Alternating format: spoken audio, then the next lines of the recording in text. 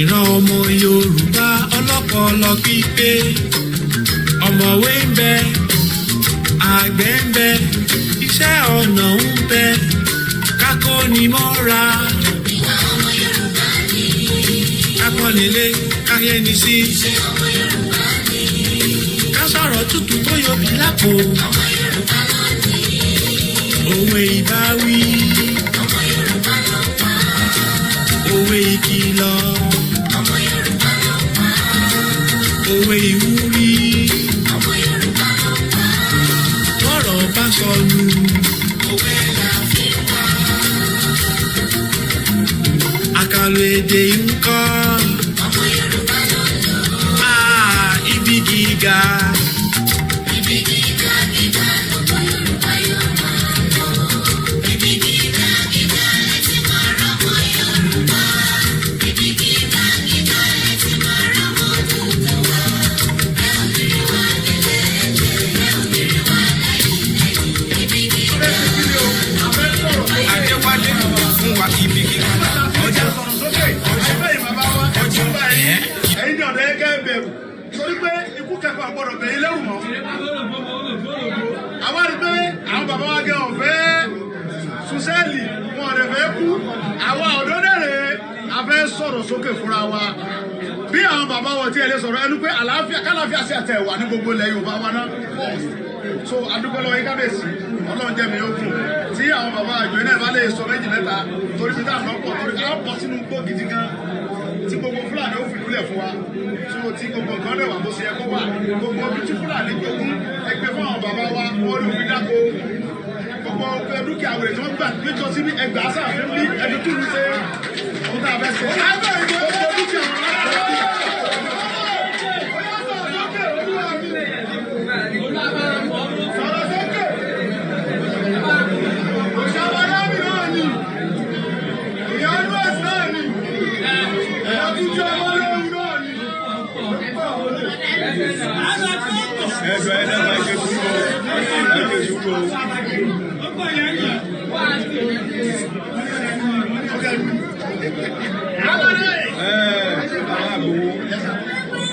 àdúrà rẹ ti gbà ọlọ́wọ́ jẹ́ kẹ́mi ogun. a fẹ́ ṣe kí ni o a fẹ́ sọ̀rọ̀ sókè fúnra wa nígbà tá a ti ní kẹ́ sọ̀rọ̀ sókè àríbẹ̀yìn bàbá wa ẹ̀rù ń bà ẹ̀yin ní ọ̀dọ̀ ẹ̀kẹ́ bẹ̀rù torí pé ikú kẹfà gbọ́dọ̀ bẹ̀yìn lẹ́wù mọ́. àwa rí pé àwọn bàbá wa gẹ ọ̀fẹ́ sùsẹ́ẹ̀lì wọn ọ̀dẹ̀ fẹ́ kú àwa ọ̀dọ́ dẹ̀rẹ̀ a fẹ́ sọ̀rọ̀ sókè fúnra wa bí àwọn bàbá wọn tí ẹ lè sọ̀rọ̀ ẹnu pé àlàáfíà kálàáfíà sí àtẹ̀ wà ní gbogbo ilẹ̀ Yorùbá wa náà so adúpẹ́ lọ́wọ́ yín kábíyèsí Ọlọ́run jẹ́ mi ó kù tí àwọn bàbá àjọ iná ìbá lè sọ méjì mẹ́ta. adúpẹ́ lọ́wọ́ gbogbo àwọn tí wọ́n ti láǹfààní àti darapọ̀ mọ́ wa the 30th of December 2021 the time here is coming up to 10 minutes past 1400 hours. And I can also confirm that our team are broadcasting as well. So we have 2 live streaming going on simultaneously. Imagine that it is sometimes going to be like that, especially as we're going into 2022. Rashid Mari. Akiwalile Okay, I'm told that there is no sound. Why is there no sound on the YouTube? You might want to come out and come back in. I've just picked a message that there is no sound on the YouTube. Mr. Fatai Ogumefun, I hope you can hear me on the YouTube. Moki gbogbo àti darapọ̀ mọ́ wa. Once again, a very good afternoon and welcome to the program. The program that educates and also Eshegoni Ferry Light Fatai Ogumefun. Okay. Látọ̀dọ̀ yín ni Mr. Kunle. I am almost on the last brink of my volume. The voice is a bit low. Okay. Maybe I'm far away from the system. I'll try and bring it closer a little bit. I'll move it closer to me. And that way, we want to make sure that people can hear us. I mean, my voice also could be a little bit, it will pick up as we go into the broadcast. I'm very sure of that. I'm told the sound is very clear on the YouTube. Morimba Alaja Idiyatu, Yusuf Adekunle, Sarumi, Abiodun, Oluwakemi Abosede, and every single one of us that have joined us. Matthew Adebambo. Emma already sound Emma peak as we go into the broadcast. Orúkọ tèmi ni Ọláyọmí Kóìkì tí gbogbo wa mọ̀ sí KOIKIMEDIA, ìkànnà àwọn mídíà tí ó fi platform ẹ̀ sílẹ̀ láti máa kéde. Kí ni ìkéde náà? Ìkéde pé àsìkò tó fún gbogbo ọmọ káàárọ̀ òjíire níbikíbi tá bá wà all over the world, whether you are a man, a woman, whether you are a young, old, whether you are just coming out of university or you are a PhD holder, whether you are just a trader.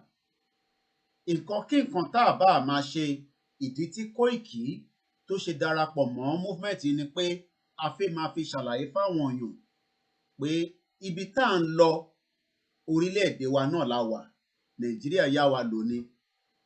And Nigeria has been also in existence for 107 years, àmọ́ ó ti expire.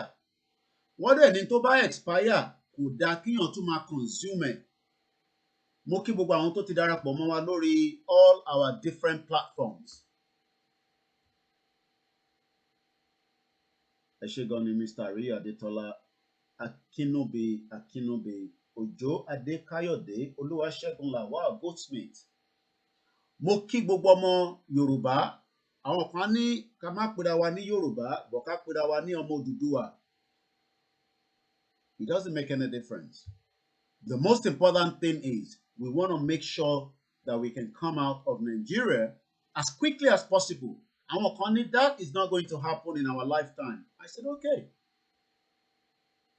But the most important thing is we are not ready to back out, especially KOIKIMEDIA.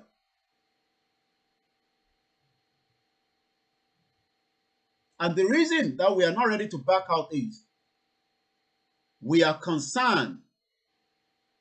Okay, Morimbe, Bishop Adesina, Moki, Ekwa Adrotiwa, Moki gbogbo àwọn Celestial Churches, White Garment, Aki gbogbo àwọn Redeemed, Pentecost, Moki gbogbo àwọn ìjọ kọ̀ọ̀kan, gbogbo oríṣiríṣi ìjọ Mùsùlùmí tó wà ní gbogbo àgbáyé tó jẹ́ ti ọmọ káàárọ̀ òjíire.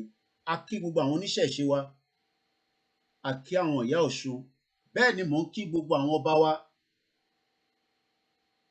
Mo kí gbogbo àwọn baálẹ̀ kọ̀ọ̀kan ní gbèríko tí gbogbo yín dì mú, àmọ́ kò síná, kò sí ẹ̀mí nínú ibi tẹ́ wà yẹn. Nítorí pé èmi láǹfààní láti tẹ̀lé bàbá wa Chief Sunday Adéyẹmọ tí gbogbo wa mọ̀ sí Igboho'S. Àwọn bàbá mi kan tún ní ká máa pè wọ́n ní ìmọ́lẹ̀ Yorùbá.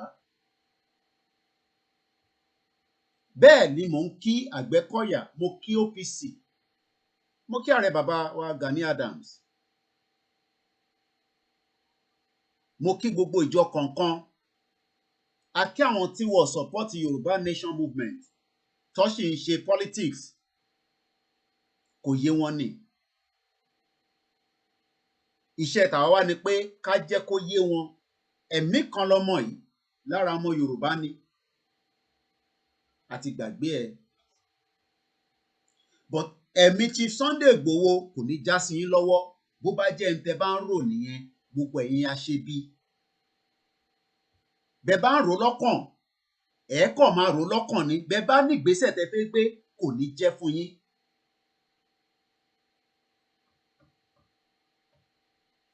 A dúpẹ́ lórí pé a ní láti ṣẹ̀ lọ bá gọ́ọ̀mẹ̀ntì kan ká tó tan screen wa kó tó di pé àwọn èèyàn máa wò wá ní gbogbo àgbáyé.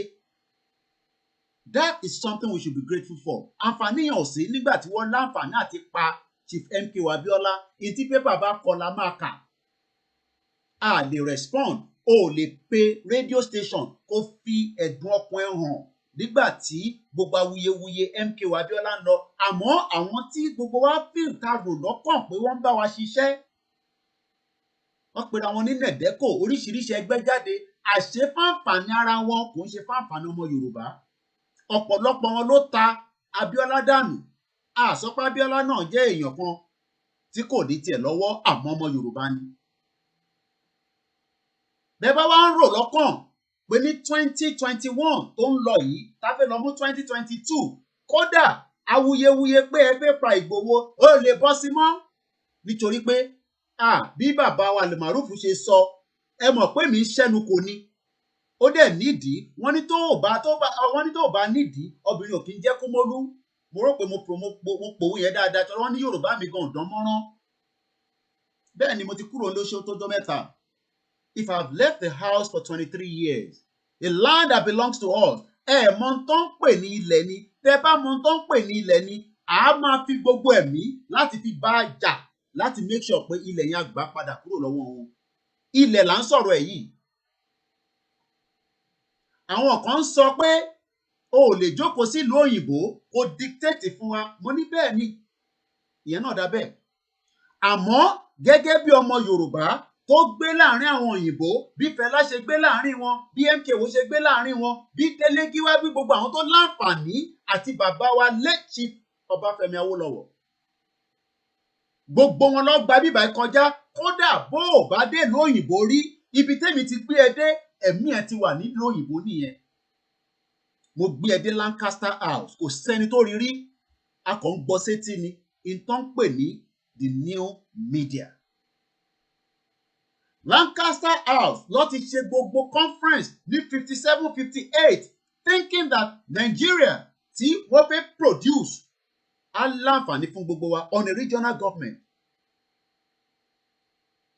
Àmọ́ àwọn tó ń ṣe bá ṣe máa ṣe conference yẹn wọ́n tún ṣe nǹkan míì lẹ́yìn tó favour the northern part of Nigeria.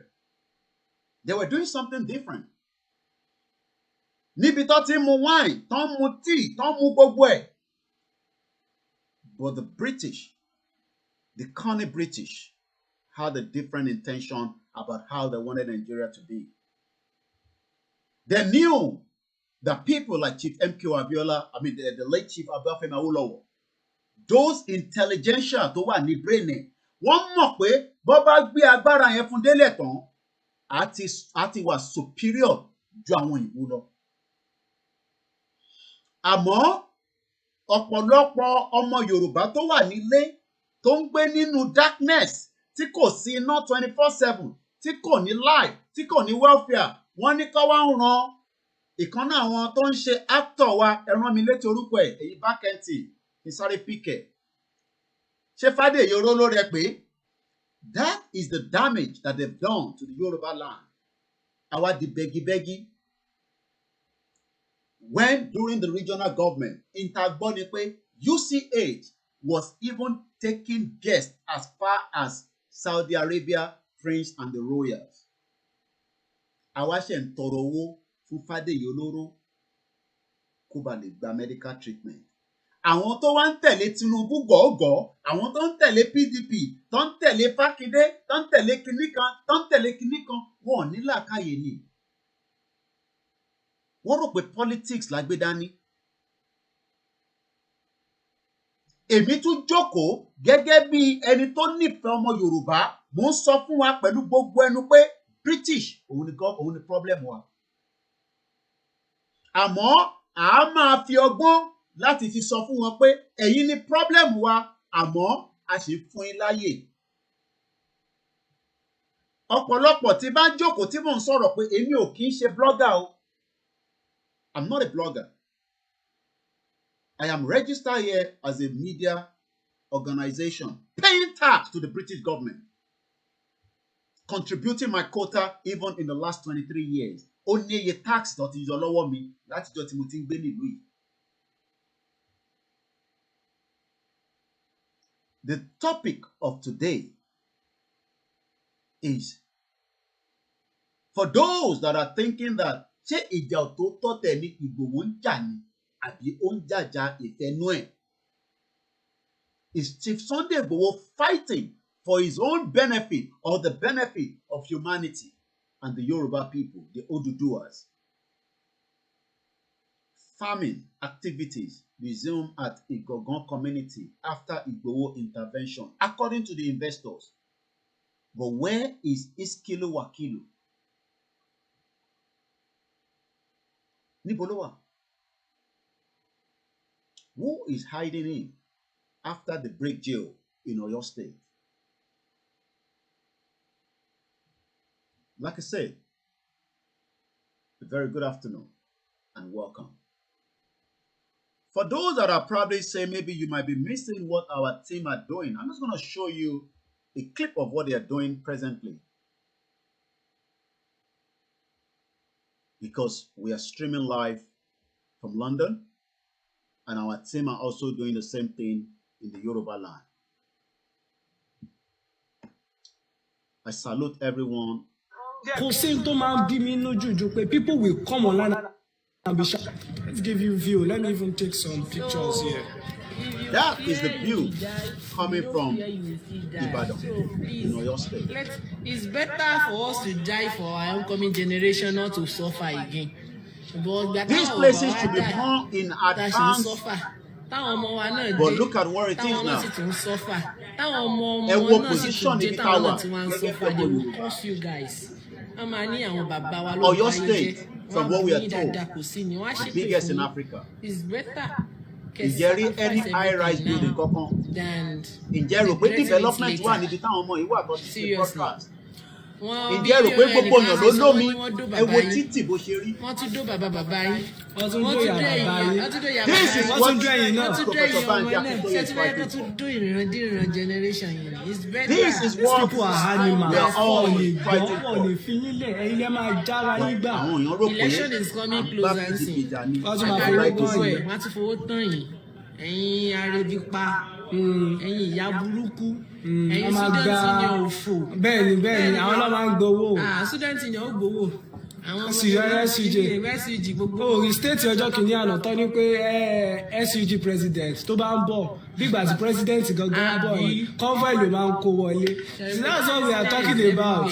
That's what we are. Kò síbi tí ò ti sí madness in Nigeria. Wàláì kò sí. So it's better. Either we go. I'm not saying even myself. I'm not going for revolution. What I'm going for is to divide this country. That's too much in this country now. China, the advanced country in the next 50 years. Kọ́kà lọ lọ́tọ̀ tí ò bá sínú òwe ẹ̀yin Yorùbá tó ṣe bí òwe tó bá jẹ́ wà níbẹ̀ náà tó ṣe bí òwe ẹ̀yin àgbà.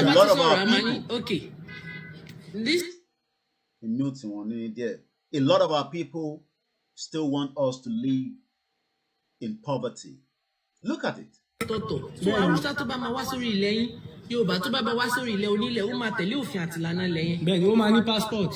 Wàá pẹ́ tí a tako tó ní passport ilẹ̀. So kò wá ṣe pé wọ́n kàn ní free access wọ́n kàn wọlé bó ṣe wù wọ́n á sì jáde bó ṣe wù wọ́n. This is better. Mr. Fatofun will cite you. It's better. Please let's wake up. Tí gbogbo orí nǹkan tá à ń generate nílẹ̀ Yorùbá tá a bá ń spend lórí ilẹ̀ Yorùbá ti da jù báyìí lọ. But nǹkan tá à ń rí ilẹ̀ Yorùbá tá à ń kó lọ ilẹ̀ Haúsá tá a fi lọ táwọn ń lo gbogbo resources wa tó fi tára wọn fi ń dán ṣé rò pé ṣé ń ṣe ìdìṣà. ṣe rí àwọn ọmọ Yorùbá ṣe rí ìṣe la máa ń rò pé àwọn elédèkedè pé wọ́n gọ̀ ni wọ́n dẹ̀ gbọ́njú wa lọ tẹ́ bá lọ sílùú wọn their whole country is beautiful their street is wonderful train tó ṣe train yẹn gba ojú ọ̀nà wọn fòròfò báyìí so that for easy I am also using your live feed now yeah thanks boss we are citing you sir thanks boss. So gbogbo ẹ̀ báyẹn they will do so many things tó bá fẹ́ smuggle epo wa wá smuggle ẹ̀ pẹ̀lú ọ̀nà tó ṣẹ̀ ṣe náà pẹ̀lú tray pẹ̀lú gbogbo ẹ̀. epo tán smuggle wọ Benin Republic gbogbo tó ń san gan ṣó wà àpò ìjọba ṣá. rọjọ́ tá à ń lọ sí Benin Republic ni see that day we were. I will leave this broadcast. You can watch this again. It's still live on KOIKIMEDIA. Because we have a lot to discuss as well today. Let's come back here. I've been going back on some of the videos that we took while with Chief Sunday Igboho during those going into our community, trying to make sure that the community is safe and secure. The expression of the people within that community. But we are now pleased to say part of those community are now becoming safer as the investors are telling us from this article right here. Farming activities resume at Igangan community after Chief Sunday Igboho's intervention, according to the investors. This is about 20 investors tó sá kúrò ní Igangan nígbà táwọn Fúlàní ò fún wọn láyè. Àmọ́ nígbà tí bàbá wa Chief Sunday Adéyẹmọ Igboho'S nígbà tó di pé ó bá wọn dá sí, àwọn investors yẹn ní inú àwọn dùn láti padà sí iṣẹ́ oko tó ń ṣe lọ. And that is what we're going to be discussing today, plus so many other things. Where is this guy, ISKIL? Remember the jailbreak? 575 ẹlẹ́wọ̀n are still at large. Ọ̀pọ̀lọpọ̀ tí ń gbé pẹ̀lú yín, ọ̀pọ̀lọpọ̀ nínú yín ẹ ti fún wọn níṣẹ́ mẹ́gàd. Ìmí ti rọ́kadà tó ń gùn tó ń gbé yín káàkiri tó bá gbé ẹdẹ́gbẹ́ tó jọ́bìnrin á kì ẹ̀ mọ́lẹ̀ á pa ẹ́ tó bá jọmọdé á ṣe ń jàǹbá tó bá jọkùnrin ni á nà ní nǹkan. But there's one person that we are still asking, níbo ló wà? ISKIL Wakilu. We all remember him. There is also trouble. Tó bá jẹ́ Koiki ni ó kọrú átíkù ìjáde nísìn, ọ̀pọ̀lọpọ̀ àti ní kò gbẹnu ẹ jáde. But nígbà tó jẹ́ pé Sky News ni, we believe Sky News more than the KOIKIMEDIA. But ẹ pé àwọn òyìnbó ló nìyẹn, kò ń ṣe dúdú bíi tèmi báyìí. Royal family, how 2021 was one of the Queen worst ever. What is next in 2022? Ó láti pín Nàìjíríà yẹn ni. That is what is going to be next in 2022. The last empire must come down. This was put together by the royal correspondent for Sky News. Ẹnu pé tó bá jẹ́ Koiki nísìn ni ló gbèrò átíkù báyìí jáde. Wọ́n ní Koiki wọ́n máa sọ̀rọ̀ nípa àwọn royal family. But nígbà tó jẹ́ pé Sky News ló sọ, at least I can make use of what they are saying. Let me quickly start our mixer live. Oh yes, like I always say, the more we have your support, the more we can also expand and make sure that our message, especially on this Yoruba Nation movement, we get to different places. But that is subject to the support, the assistance from the media perspective. When you look at Sky News, Rupert Murdoch, very powerful. The message that comes out of them, it travels around the globe. We are also doing the same thing, but we can do more. And we are also going to be increasing our capacity and stretch out more. So that Bishele ba wà ní Ondo, we should be able to get a first-hand report and get it out as quickly as possible. We will be expanding a little bit, but subject to your own support towards the platform. Once again,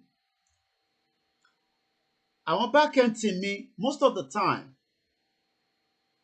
they will always remind me of the days, the months that I traveled to location 9.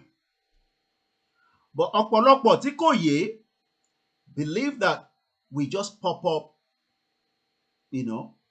just like that. So I'm going to show you this image just to remind us that as much as ẹni tó mọ̀ wá tẹ́lẹ̀, ó ní nǹkan tá à ń ṣe tẹ́lẹ̀ táwa náà fi lọ make owó wa gẹ́gẹ́ bí media, ó dẹ̀ ní àwọn ìgbésẹ̀ tá ti gbé nílé àti níta àti different locations tí a ti ń ṣe gbogbo nǹkan tí agbára wa ká even before we move into a movement. This is a movement, and that is why we have YSN that will be leading more of this movement, where we can direct people to, where people can come together in different groups. Terry, wọ́n ní Fádèyí olóró, ó need the support àwọn Nigeria. Ẹni tó yẹ kọ́kọ́ gbé lọ sí hospital kó máa tọ́jú, kó má tẹ̀mẹ́ tó máa sanwó ẹ̀. But since it's Nigeria, nobody cares. Ẹ má bínú, I should have prepared that. Yeah, that is it. I took this picture. Well, not me. Ẹ mọ̀ pé tèmi bá ń ṣe broadcast, I have a lot of team on the ground in Nigeria that work with me.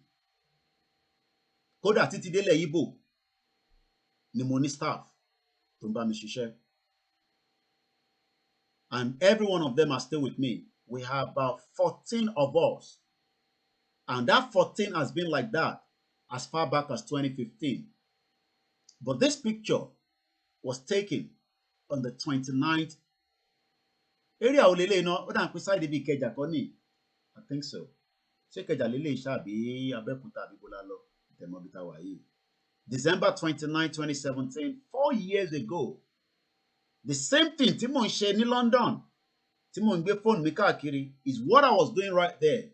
And I believe I was reporting to Star Radio based on the way I believe I was reporting back to Star Radio. I think I was reporting to Star Radio. But back end to me, my rán mi létí nísìn location tá wà yìí gangan. Ẹ bá mi send it through WhatsApp. 4 years ago was this picture. And that's the good thing about Google. It will always give you your footprint. Why am I bringing this kind of conversation in? Because just like bí wọn náà ṣe lọ sí Nàìjíríà tó lọ ń gbádùn Nàìjíríà nísìn, according to you, àwa kan nísìn restriction ti wà fún wa káwa náà fi wá because of the nature of what we are doing. Ìwọ sì láǹfààní àti lọ́lé nítorí pé wọ́n ọ̀dà ẹ̀ mọ̀. But báwa bá fi lọ́lé nísìn, a kù díẹ̀ káàtó nítorí pé iṣẹ́ ta gbé dání. That is part of the sacrifice táwa ń ṣe lọ́wọ́lọ́wọ́. And we are not going to regret it. We are happy with it because it is the right thing to do at this present time. It is the right thing to do. And I'm not regretting using my platform to fight towards the actualization of the Yoruba people out of what we called Nigeria. So I just want us to remind ourselves, anytime you come across my video, what I do, and you are talking nonsense, remember, 4 years ago, I was doing the same thing. 5 years ago, I was saying the same thing. Some 20 years ago, I knew a better life from the location I was living. Let's come back. Let me quickly look at this. But before I look at these, I still want us to go back again. These are some of my close shots. Same vehicle, driven together with our father, Chief Sunday Igboho. I'm for money.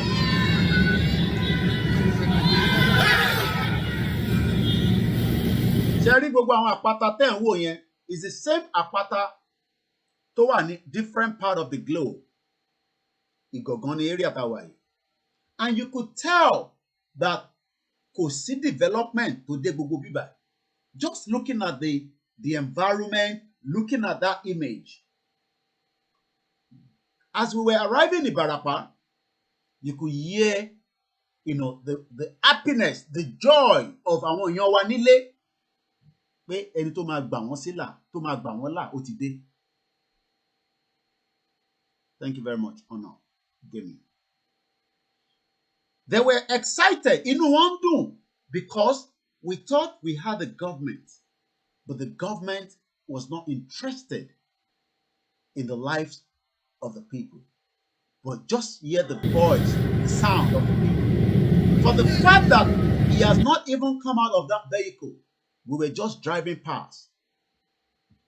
The scream, the noise of women, children, hailing, happy to receive Chief Sunday Igboho. Let's play this one as well. And I have them. Some of you might not have seen this before, but you have to go all the way back. This video, I posted it on February 16. Èyí tẹ́ bá ní Koiki come home. I was at home to support Chief Sunday Igboho. But ṣé ìdùnnú mi ni pé ibi tó wà yẹn táwọn èèyàn bá ń béèrè ẹ̀ tí mo mọ̀ pé ó wà lálàáfíà, but ṣé àlàáfíà ni kéèyàn wà níbi tó wà yẹn ni àbí kéèyàn wà nínú ilé ẹ̀? Is there not a difference for you to be in your house with your family, controlling your business, doing whatever you have to do, but the government of Nigeria was running after his life just because these people were happy, but the government were not happy? Terry, did you see how the people were trooping out from their different environment? Wait, hey, Igboho ló ń lọ yẹn. Ó wí bẹ́ẹ̀, ó ṣe bẹ́ẹ̀. Ó wí bẹ́ẹ̀, ó dẹ̀ ṣe bẹ́ẹ̀. Akíkanjú èèyàn ni. Ó jẹ́ ká gbé tàǹkádì fún ni. But the Fulani government that killed late Chief MK Abiola, the Fulani government that killed Tolulope Arotile, some Yorubas that killed Funsho Williams, some Yorubas that killed Bola Ige, are not happy that Igboho was bringing safety and security into the community. So at the end of the day, they are more excited that Igboho should remain in Benin Republic, but the investors in that particular location sọ pé, àwọn dúpẹ́ lọ́wọ́ Igboho. Àwọn dúpẹ́ lọ́wọ́ ẹ̀ nítorí pé òun ló jẹ́ káwọn lè padà. Tẹ́ bá ń wo ẹ̀gbẹ́ pílà yẹn, ẹ máa rí POS. POS yẹn, that should be a cash machine if truly this community was enjoying a normal system, just like any other part of the world. But rather, they've created this fraudulent POS system. Ẹ rí pé POS nìyẹn lẹ́yìn break yẹn. But you can tell that the people tí Igboho ń jà fún, tí Professor Banji Akintoye ń jà fún, tí Comrade Victor ń jà fún, tí gbogbo àwọn ọmọ Yorùbá ní Global Directorate, YSM, YOB, gbogbo wa pátápátá, they are happy. This video was in February. For those of you that say, Koiki, come home, I'm just taking you back towards the beginning of the year when I spent 6 months in Nigeria.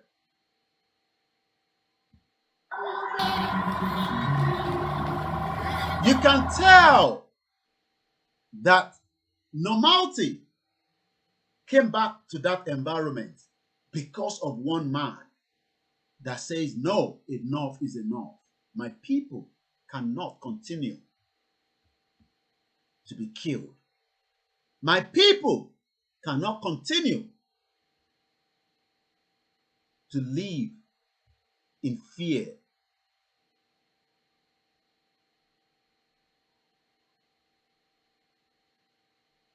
And I remember sitting next to Chief Sunday Igboho and see all this crowd. And right there, I know that this man has saved millions of people. Again, there's a war environment here. While these people were coming out, I was looking at the environment. Ṣé life tó yẹ káwọn èèyàn wá máa gbé òun ní ìgbé ayé tó ń gbé yìí. Ṣé rí pé politician mélòó ló ń lọ tí aráàlú fi ọwọ́ ó fi di ọwọ́ ẹ̀ mú ẹ wọ ọwọ́ arákùnrin yẹn bó ṣe di Ìgbòho mú. Are you looking at what I was looking at? He could have easily put his hand back into the vehicle, but rather he kept the hand there. And each time he was telling the driver, ẹ má sáré púpọ̀ mọ́, ẹ reduce the speed yẹn, because ó mọ̀ pé àwọn èèyàn máa jáde síta kò lè fẹ́ gbáyàn. But we saw the governor, a sitting governor, Fáyẹmí, tí mọ́tò ẹ̀ fẹ́ pa èèyàn, Ọ̀ṣun state governor's wife, ìyàwó ẹ̀ mọ́tò convoy ẹ̀ ó paráàlú. Wọ́n dẹ̀ náà aráàlú láwọn ń ṣèjọba lé lórí. Can you believe what you are looking at? This is not a copy and paste.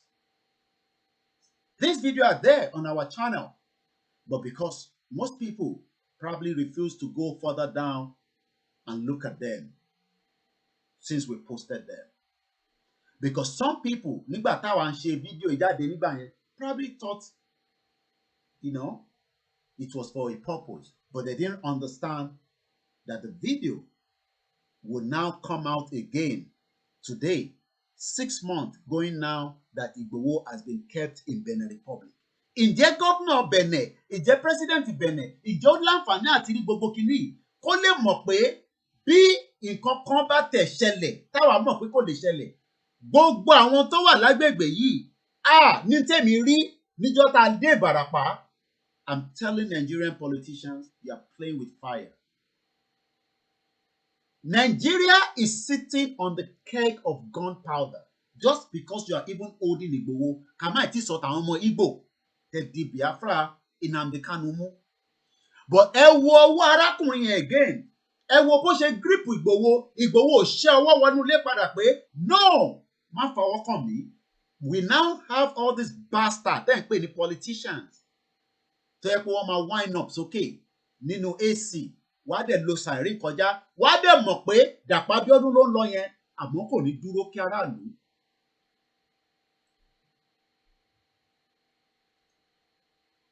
My name is Olawumi Koiki. The conversation today, òun ni pé àwọn Ìgangan investors wọ́n nínú àwọn dùn pé àwọn padà sí inú táwọn mọ̀ ṣe. Let's play the video, continue again. Ẹ wo reaction àwọn aráàlú.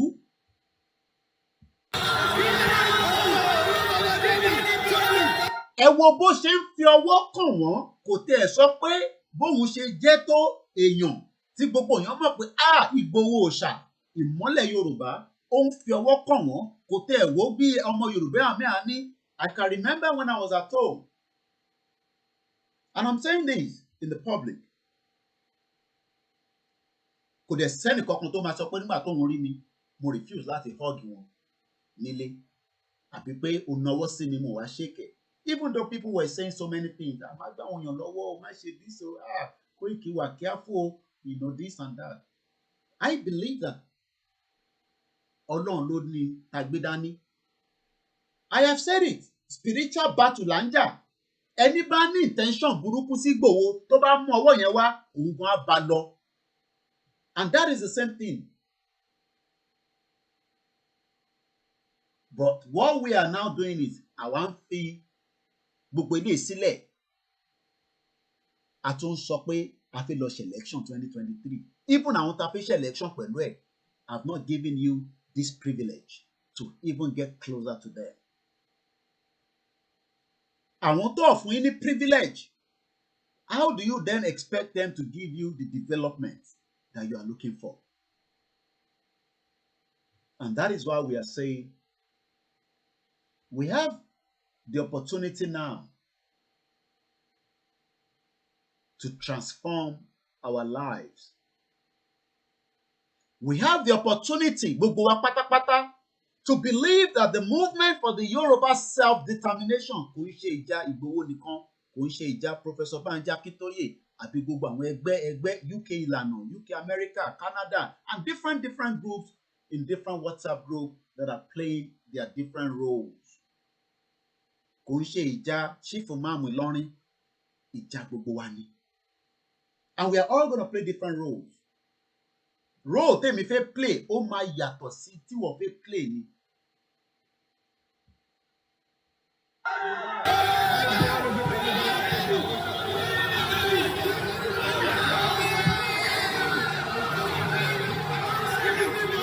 This was when we arrived right inside Ibarapa.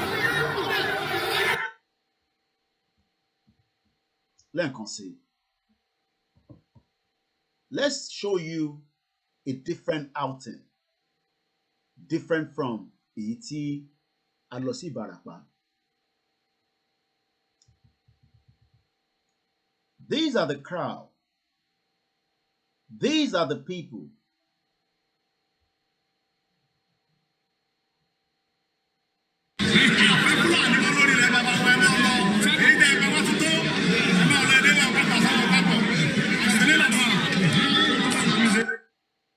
Ó ní àfẹ́ Fúlàní mọ́, ṣé ó ní right láti sọ bẹ́ẹ̀ gẹ́gẹ́ bí ọmọ Yorùbá àbí kò ní right?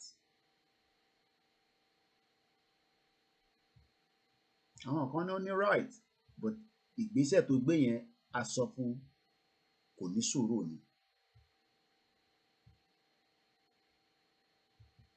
Let's watch this one here. This was one of my, again,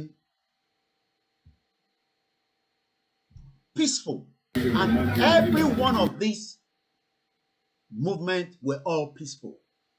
Chief Sunday Adeyemo paid a visit to His Royal Highness Oba Adebare Adewuyi Adelere lẹ́yìn tí wọ́n pa èèyàn mẹ́rin ní on the 7th of March.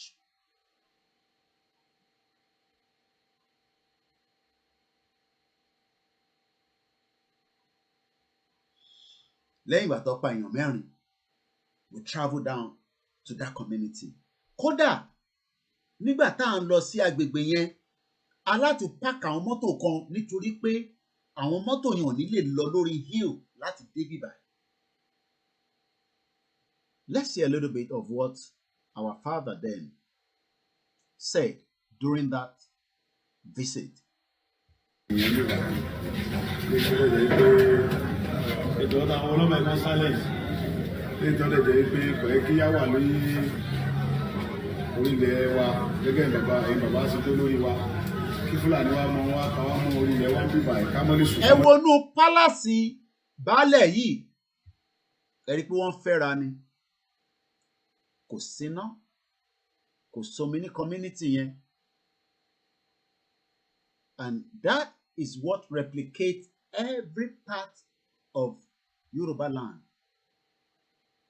Gbogbo ilẹ̀ Yorùbá pátápátá is all in darkness. Maybe the government house where they also run generator. Let's continue. Wọ́n lè wo so nígbà tí mo gbọ́rọ̀ yẹn ní jẹ ní àbújẹta bí àwọn bọ́ìsì àwọn wàkílù yẹn tó pààyàn bí wàyí. Ṣé gbọ́n kan tí bàbá sọ? Àwọn boys wàkílù pààyàn. Ibo ni Wakilu wà báyìí nísìn? Is Wakilu still with the state government of Oyo State or with the federal? Ọwọ́ ta ni Wakilu wà? Or Wakilu is gone in the wind, ó ti lọ. Wakilu ǹjẹ́ ó ṣì wà àbó ti sá lọ? Where is Wakilu?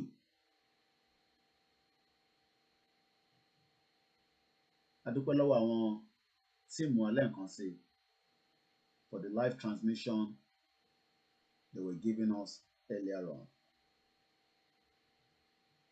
My name is Olayomi Koiki, and today, the 30th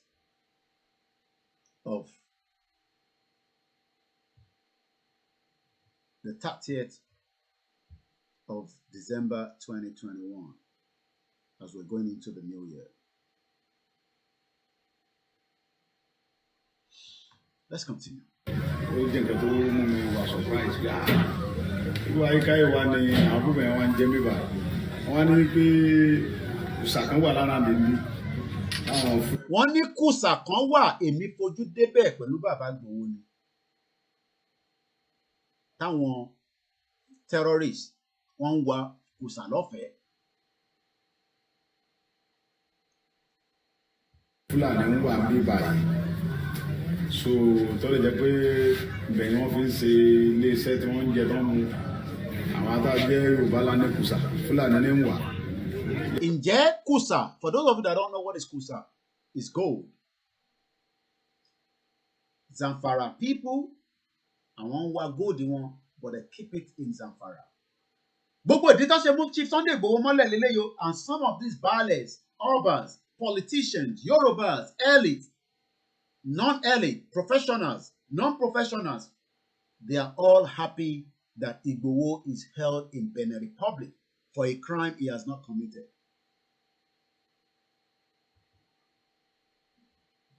For an offense Igboho has not committed, a lot of Yorubas are more excited even than the Hausa Fulanis. Àwọn wá rò pé táwọn bá ń dunnú pé wọ́n mú Igboho gẹ́gẹ́ bí ọmọ Yorùbá, ìyẹn máa wá sọ fún Hausa àti Fulani kó má suppress wa mọ́. Tí ọ̀dọ̀ yẹ kó rí bẹ́ẹ̀. So ìdí tí mo fi wá nìyẹn pé táwa sálámù sí wọn káàdé kọ́kọ́ kẹ́yìn kábíyèsí wa. Ìjọ tó wà kábíyèsí. Ká kọ́kọ́ kẹ́yìn tẹ́ jẹ́ bàbá wa. Ká sàkúnlé yín. Àdẹ̀fẹ́ ṣèwádìí àwọn Fúlàní yẹn wọ́n pa yẹn sí mẹ́rin bí ń jẹta àgbọ́dọ̀ wá wọn kàn. So àwọn ọmọ ìgbó yẹn sìn á máa wá wọn jáde. Wọ́n bá wọnú olè á wà wọn. Èní nìyẹn. Ìkejì wa ní pé gbogbo àwọn tó wà níbi kùsà yẹn a fún wọn ní gbègede pé wọn gbọ́dọ̀ débẹ̀ mọ́. Fúlàní ò gbọ́dọ̀ mọ wa kùsà mú bí tàbá Hausa. Ọmọ Yorùbá mélòó náà nísìn ló wá ń jáde tó gbóyà tá a máa lọ bá àwọn ọba, a máa lọ ṣàlàyé fún wọn, a continue láti ibi tí bàbá wa ti báṣẹ́ dé.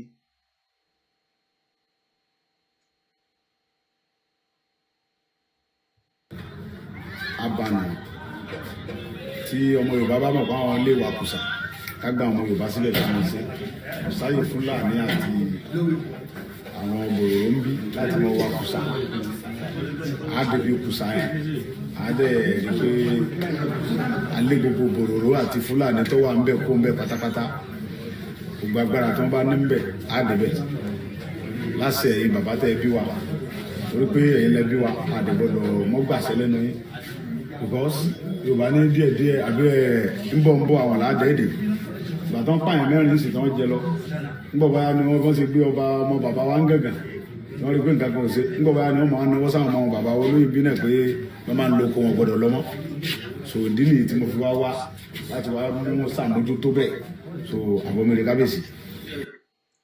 Adúpẹ́ lọ́wọ́. And the result is already paying out according to this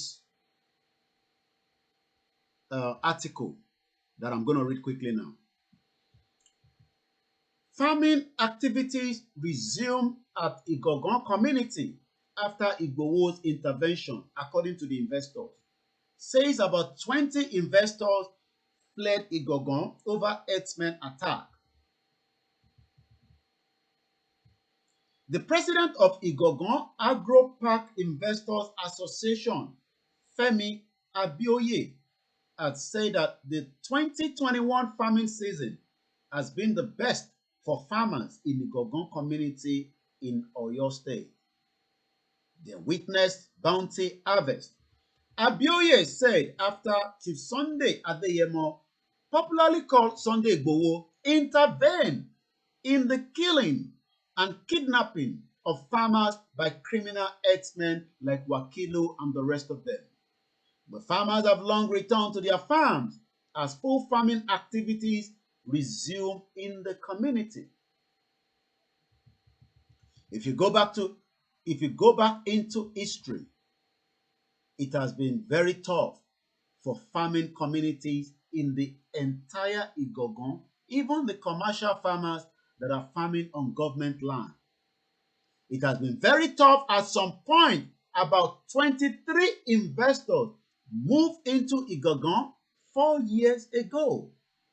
We only have 5 investors left as of January this year, majorly due to the destruction by the criminal herdsmen. So, with the violence perpetrated by the criminal herdsmen, terrorists, on the locals in Igangan, led to the activities of Chief Sunday Adeyemo, popularly called Sunday Igboho, coming to their rescue. Before, it was just destructions of farms, many of locals, but much later, banditry entered, serious kidnapping before Sunday Igboho came. Through his activities, though his activities were crude, but at the same time, it has yielded result because the driving away of the Seriki Fulani Igangan, who was shielding the herdsmen community, both the good and the bad, has reduced to almost zero.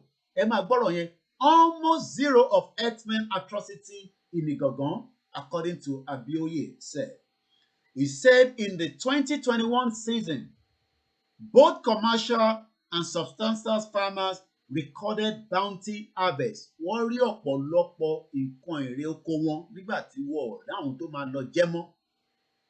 Nígbà tí bàbá wa olóyè Sunday Igboho ti dá sí. Wọ́n sọ pé nígbà tí Mákindé dá sí. Mákindé ni gọ́vnọ̀ Ọ̀yọ́ state. Ó lajú kalẹ̀. Ó ń jẹ́ kó commit crime upon crime upon crime upon crime ní gbogbo axis yẹn. Títí tí wọ́n tún wá fi wá fi pa olóyè sínú ilé. Ṣèyí Mákindé ó ń báyàwó ẹ̀sùn nínú yàrá nítorí pé iṣẹ́ wo ni gọ́vnọ̀ gbà nígbà tí àwọn machineries tí àwọn Buhari lọ sanwó fún ní France àtàwọn ìlú kọ̀ọ̀kan pẹ̀lú àwọn security tiwọn náà àtàwọn DSS nítorí pé evidence fi yé wa bẹ́ẹ̀ gẹ́gẹ́ bí ntálàyé alákùnrin sọ ẹ jàjọgbọ́. Mo ní orí TV àti orí kìíní mo ti ń wò wọ́n ní èmi mo ṣoògùn fún pé mi ní babaláwo ẹ̀ pé dá ìsúwà ìtọ́ wá fi gbé mi. Arákùnrin tí a fẹ́ play fídíò ẹ̀ yìí òun ní arákùnrin tí wọ́n lọ gbé ní Èkìtì tí ìjọba lè track number nítorí pé ó receive phone call láti ìkànnì àwọn tí ìjọba ti gbé tó fẹ́ pa nílé Chief Sunday Igboho tó wà lọ́wọ́ wọn. Nígbà tí òun pẹ́ nìyẹn pé kóun kọ̀ kí àṣé kò mọ̀ pé ìpè tó pè yẹn ó trace nọ́mbà ẹ̀ wá sí Èkìtì. So gọ́ọ̀mẹ̀ntì Nàìjíríà ní gbogbo àwọn máṣíìnì yìí lọ́wọ́, wọ́n ní gbogbo àwọn kinní yìí lọ́wọ́. Wọ́n ò dẹ̀ lọ fi wá gbogbo ìgbà tí Wakilu, ISKIL àti Seriki Igangan tó ń ṣe jàǹbá, tó ń gba ransom, tó dẹ̀ ń sọ fún ọlọ́pàá àdúgbò yẹn pé wọ́n ti kidnap wa. Ọlọ́pàá ní àwọn oníkan táwọn lè ṣe. Ẹ já gbọ́n tárákùnrin fi sọ.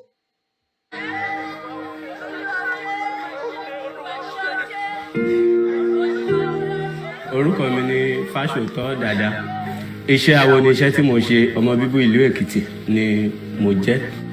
Ní on the 16th of July this very year, àwọn kan ni mo lè pè torí wọn fi ID card wọ̀n mí, wọn wọ aṣọ, wọn fi search warrant wọ̀n mí, wọ́n dánú lérú, wọ́n di gbogbo àwọn tó ń bá ń bẹ̀, wọ́n dì wọ́n mú. Wọ́n wá gbé fóònù kan dání, wọ́n á bẹ̀ sí ní pariwo ọ̀gá confam, wọ́n á bí wọ́n pé. Ẹgbẹ́ kan tó sọ, ó ní wọ́n gbé kinní kan dání, wọ́n wá ní ọ̀gá confam, that means pé gbogbo máṣíìnì ẹ̀ wà lọ́wọ́ wọn, àmọ́ wọn ò ní láti fi wá tẹ́rọ́rìsì tó kidnap aráàlú. So ìwọ tó ṣe ń support wọn Nàìjíríà, èmi ò ní gbàdúrà pé kọ́nà kan jí ẹ gbé, bó tó bá ṣẹlẹ̀, èmi á fi ṣe analysis lórí program. Kí ni confam? Ojú ẹsẹ̀ tó ń ṣe confam mo mú fóònù mi kúrò lẹ̀. Wọ́n ní ìdí. Ṣẹ́gbọ́n kan tó sọ, ó ní ojú ẹsẹ̀ tó ní confam nígbà tí fóònù dẹ̀ ń ríngì nílẹ̀ ẹlẹ́ òun gbé fóònù. Nígbà tó yẹ pé fóònù ẹ̀ ni, ìṣàpè kíyàn pè mí nísìn kí wọ́n á máa wo fóònù yẹn lójú ẹ̀jẹ̀ àgbọ̀n tó ń sọ. Now before money, it belongs to me. Look at my name here. Wọ́n wá ní okay ìwọ ni, mo ní èmi ni. Wọ́n wá ní you called Mr. Tajudeen. Mo ní ta ló ń jẹ́ Tajudeen. Wọ́n ní láti Ìbàdàn. Mo ní yes. Ó ti wà lọ́dọ̀ yín báyìí pé wọ́n gbé. Wọ́n wọ aṣọ mi ò recognize wọn. Mo ní wọ́n gbé ní Ìbàdàn pé mo pè kí n lè kí pé wọ́n release ẹ̀. Tajudeen ọlọ́kadà ni. Mo dẹ̀ ṣàlàyé gbogbo ẹ̀ fún wọn pé ṣé a máa ọlọ́kadà ni. Ó ti yé, so ó yá mi lówó, mo ní ìṣòro ńgbà yẹn, ó wá fún mi lówó, so bó ṣe fún mi lówó pé màá san padà ọ̀ but kí n sì lọ lò náà kí n kàn ṣe.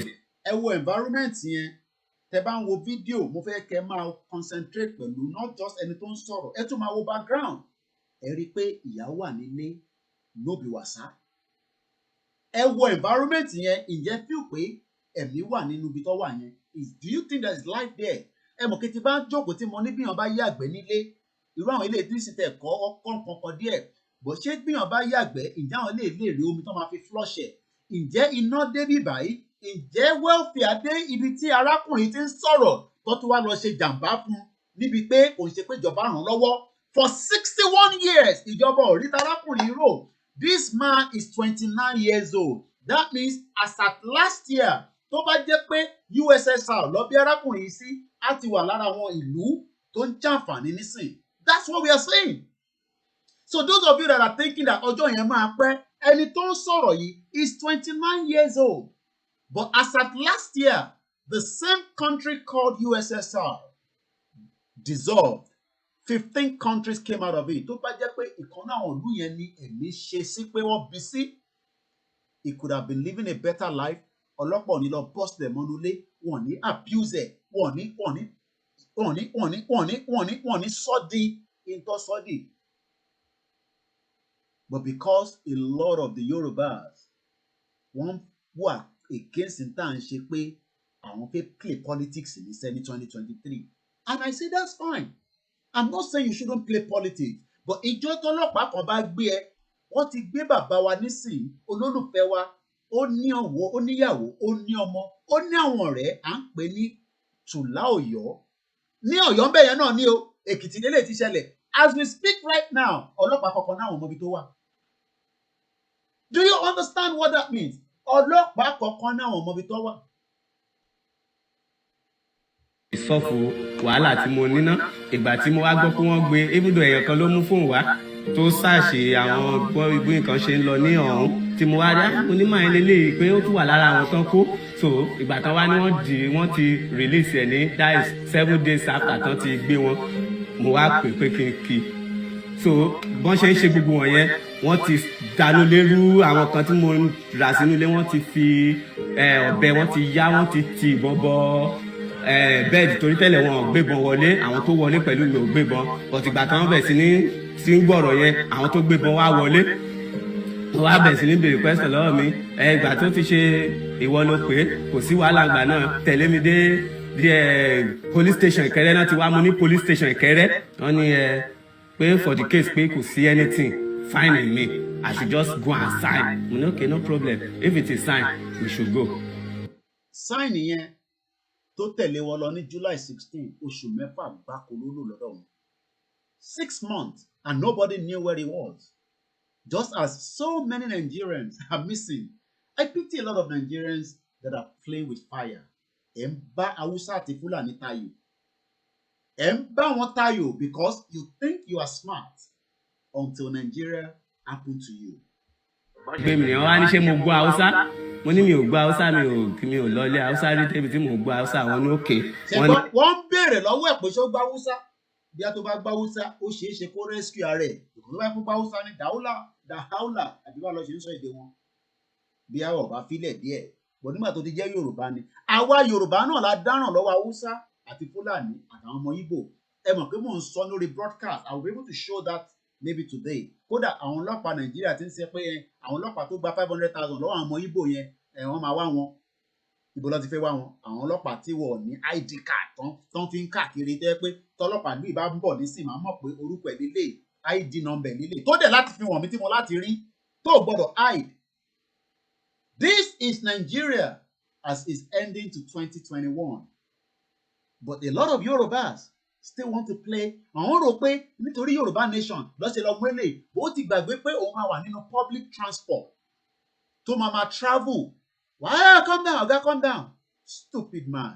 Na me you dey look like that. Ọlọ́pàá Nàìjíríà máa sọ pé na mi ẹwà àwọn ọlọ́pàá tí mo rí lánàá wọ́n wá bá mi pé why you dey record us?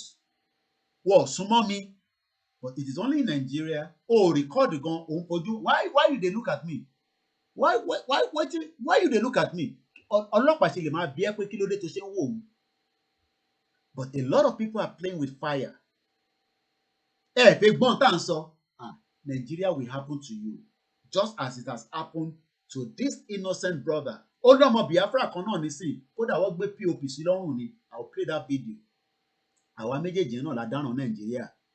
But ẹlòmíì ní sẹ́ àbẹ́bá Igbo ṣe o Koiki stop posting anything Biafra. We don't want to tell you anything. Ọ̀dẹ̀ I keep telling you. Hausa ò mọ ẹni tó ń jẹ́ Igbo kò dẹ̀ mọ ẹni tó ń jẹ́ Yorùbá. Bó ṣe máa deal pẹ̀lú wọ ló ṣe máa deal pẹ̀lú Igbo. So ìwọ ló ń rò pé Igbo tí wọ́n fẹ́ yẹn the same thing ni Hausa fi ń wò wá. They look at us as the same as expired products. Kò sí wàhálà ojú ẹsẹ̀ wọn ṣèǹgèdè wọ́n bẹ̀ sí ní sọ Hausa wọ́n bẹ̀ sí ní sọ Hausa but for my own. Ojú ẹsẹ̀ wọ́n change èdè. I pity a lot of Yoruba people. You are playing with fire.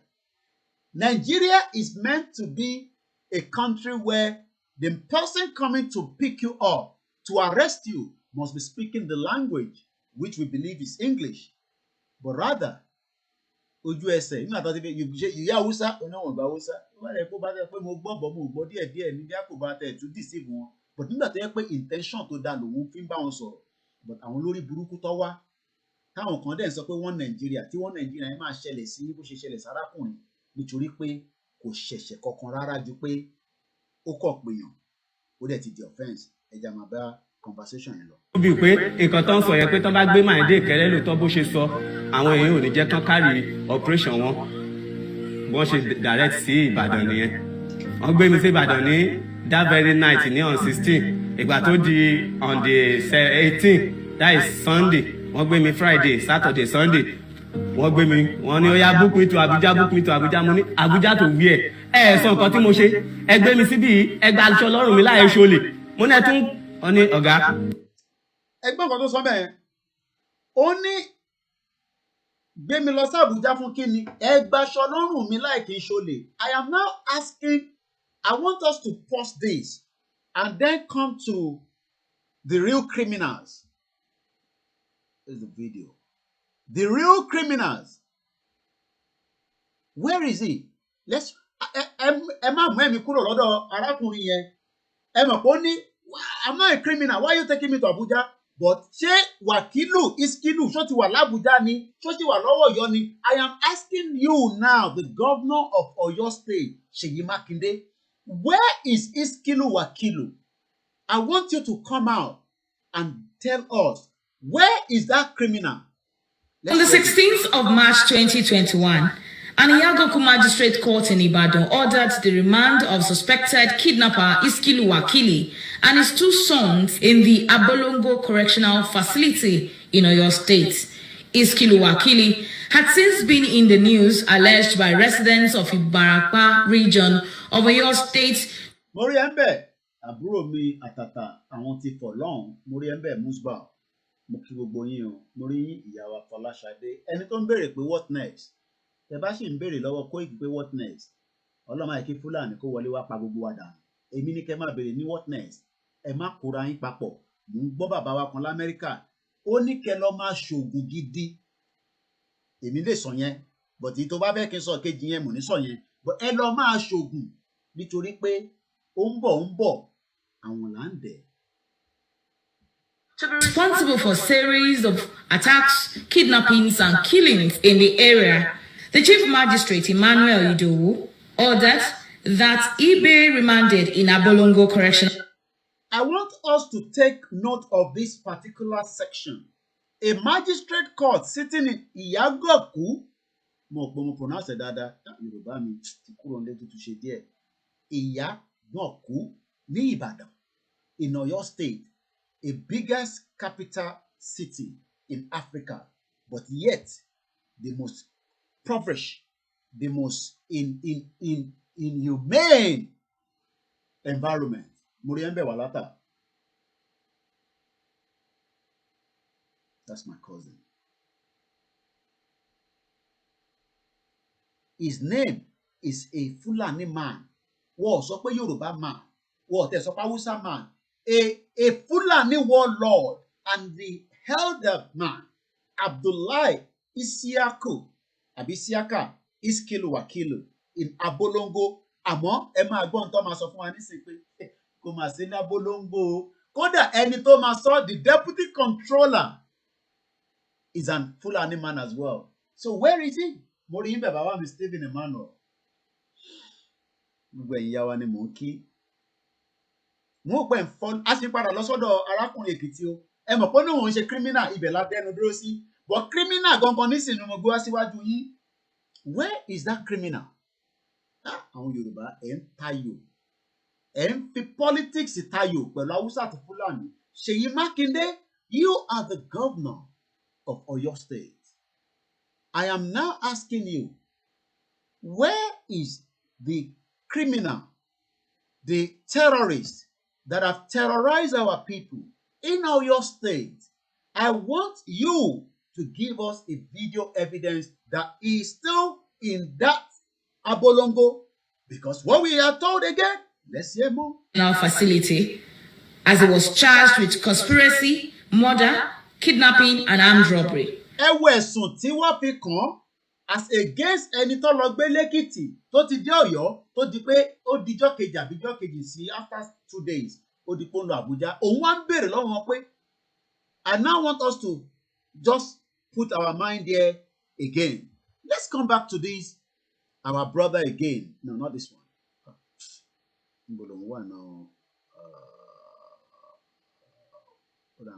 Facebook Latin.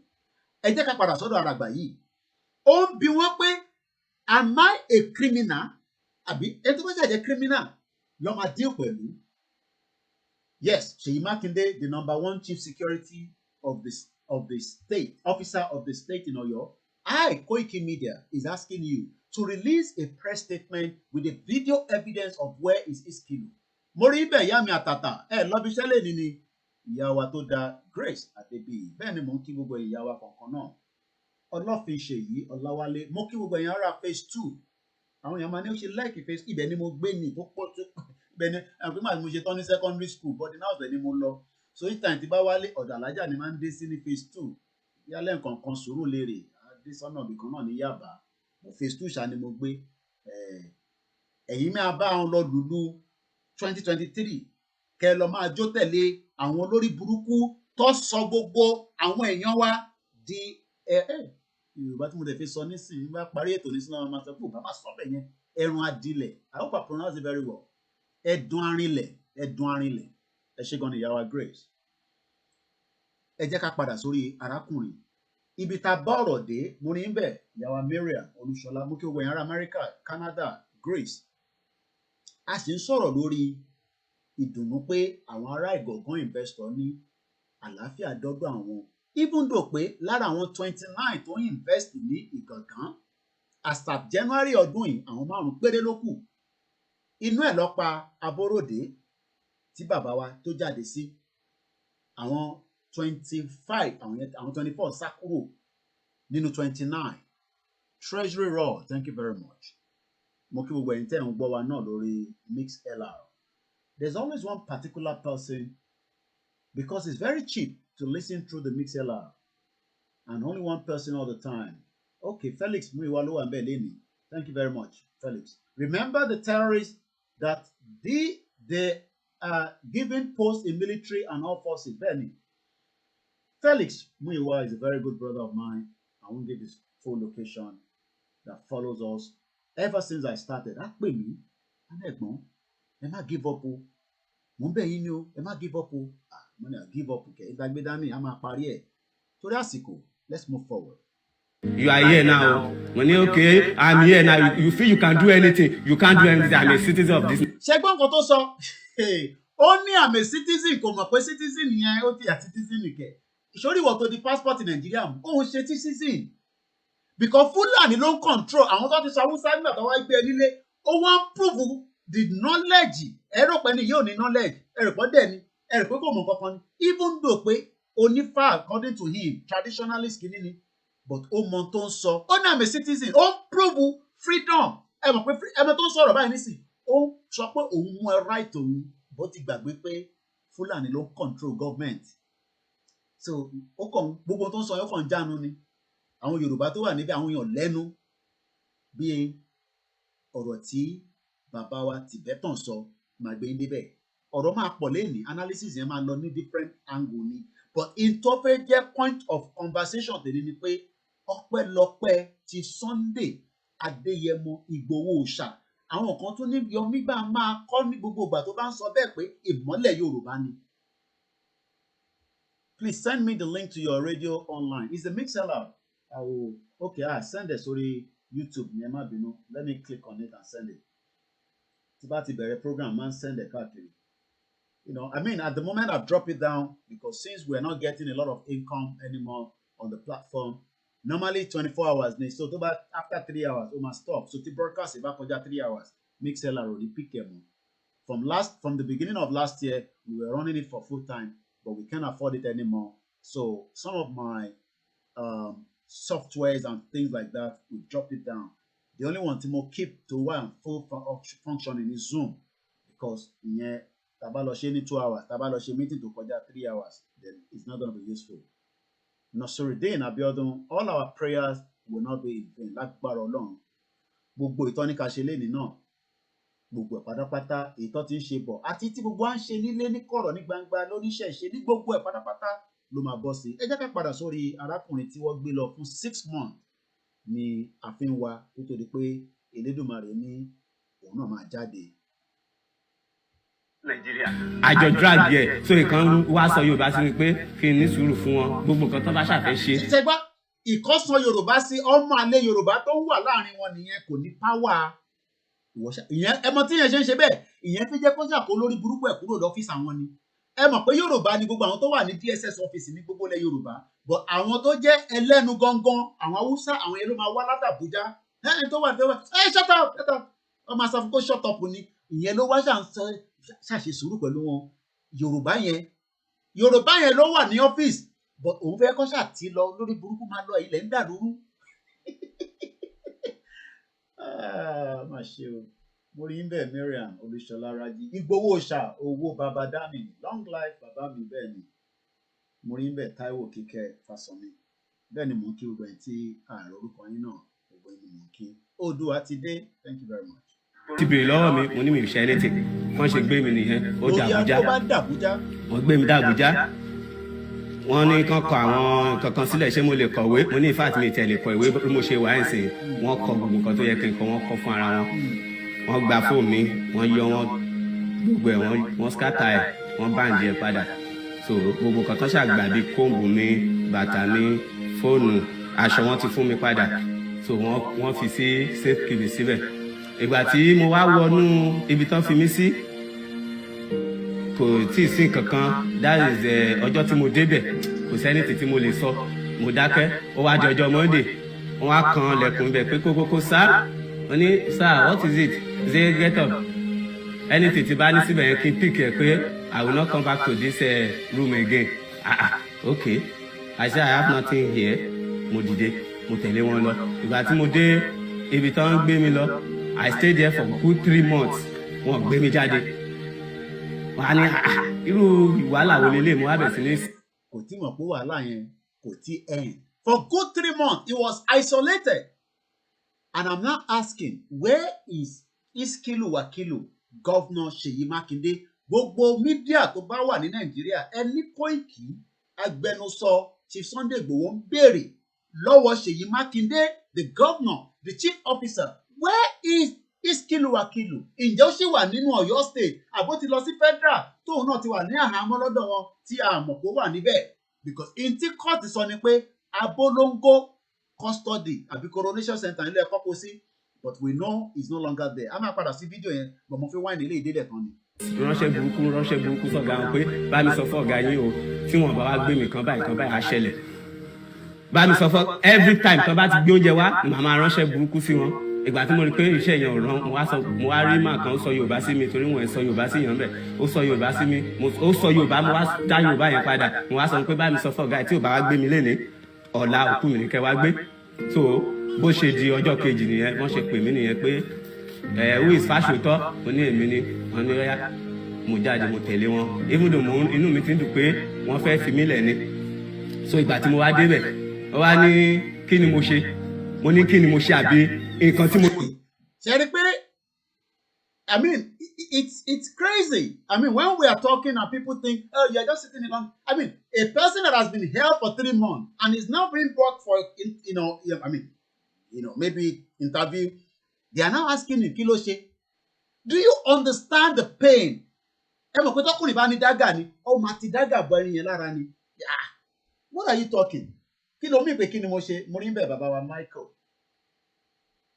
Wọ́n bí pé kí ló ṣe? And some people are playing with fire. Bẹ́ẹ̀ni, terrorist country. But àwọn Yorùbá kọ̀ọ̀kan nísìnyí gbogbo tá à ń sọ yẹn. Àgbọ̀ ló ń sọ níwọ̀n gbọ́. But tí ìjọba Nàìjíríà bá gbé ẹ̀ wá gbọ́. Blessing, bless, thank you very much. That country is not a country at all. After 3 months that this young 29-year-old, if this man was born in Soviet Union and he break away, he would have been enjoying in one of those countries today without no kind of what he's going through. But because it's Nigeria, they're asking him after 3 months, what is his offense? Let me just put that back a little bit. So ìgbà tí mo wá débẹ̀ ó wá ní kí ni mo ṣe mo ní kí ni mo ṣe àbí nǹkan tí mo ṣe tẹ́ fi wá gbé mi lẹ̀ sọ tí màá mọ̀ so wá ní kí ni o ṣe náà pé wàá ṣàṣọ nǹkan tó ṣe ìgbà tí mi ṣáà tètè dá lóhùn ó gbé mi lọ sí number 3 to the akọ̀bádà which they call ados ó wá ní kí ni mo ṣe mo ní kò yé mi o mo wá explain mo pe Tajudeen ó ṣe mí lóore mo wá pè pé wọ́n fi ẹ́ sílẹ̀ kí n kí ẹ o mo ní wọ́n dẹ̀ wá gbé wọ́n mú nọ́mbà mi lórí fóònù ẹ̀. Again ẹ wo environment ẹ wo àwọn ọmọ tó jókòó sẹ́yìn yẹn àwọn ọmọ tá à ń jà fún nìyẹn o I can bet my life those children behind this man making this interview don't even know that they are already in danger in that contraction they call Nigeria. Mo rí bẹ́ẹ̀ tó yín àkàbà. They don't know. Mo rí bẹ́ẹ̀ yá mi mo jẹ́ Adésànyà. Look at those children. Èmi máa ń like kí n máa wo environment. Ẹ wọ àwọn ọmọ yẹn. These are the people we are fighting for. Wọ́n dẹ̀ wá gbé mi ní ọ̀dí 16. Mo ní dáì sọ. Ó wá ní get me their number. Bó ṣe lọ síbi tán kọ kíní sí ìgbà yẹn, ó wá lọ mú nọ́mbà wọn. Wọ́n wá pé hello, what did this man do to you that you went? Ibi by what very very painful. Ẹ mọ̀ pé bí ẹni tí ó lọ bá yẹn tí ó bá òkè kò ṣẹ̀ kí lẹ wá gbé fún ẹ wá wo tí wọ́n tún wá reverse ẹ̀ lọ. Went to their state and arrest. Only hello sir, that man is a juju man. Only that man is a juju man. So that means pé Fúlàní àtàwùsá mọ̀ pé Yorùbá nìkan lọ́wọ́ àwa wá ń ṣe ẹlẹ́yàmẹ̀yà. Kéèkì kí la máa ṣe nísìn? Èmi lẹ̀ ń bi pé kí la máa ṣe. Ẹ jẹ́ gbọ́n kan tó sọ. Bí màá ṣe bẹ̀rẹ̀ agídí ti ẹnìyẹn. You are a juju man.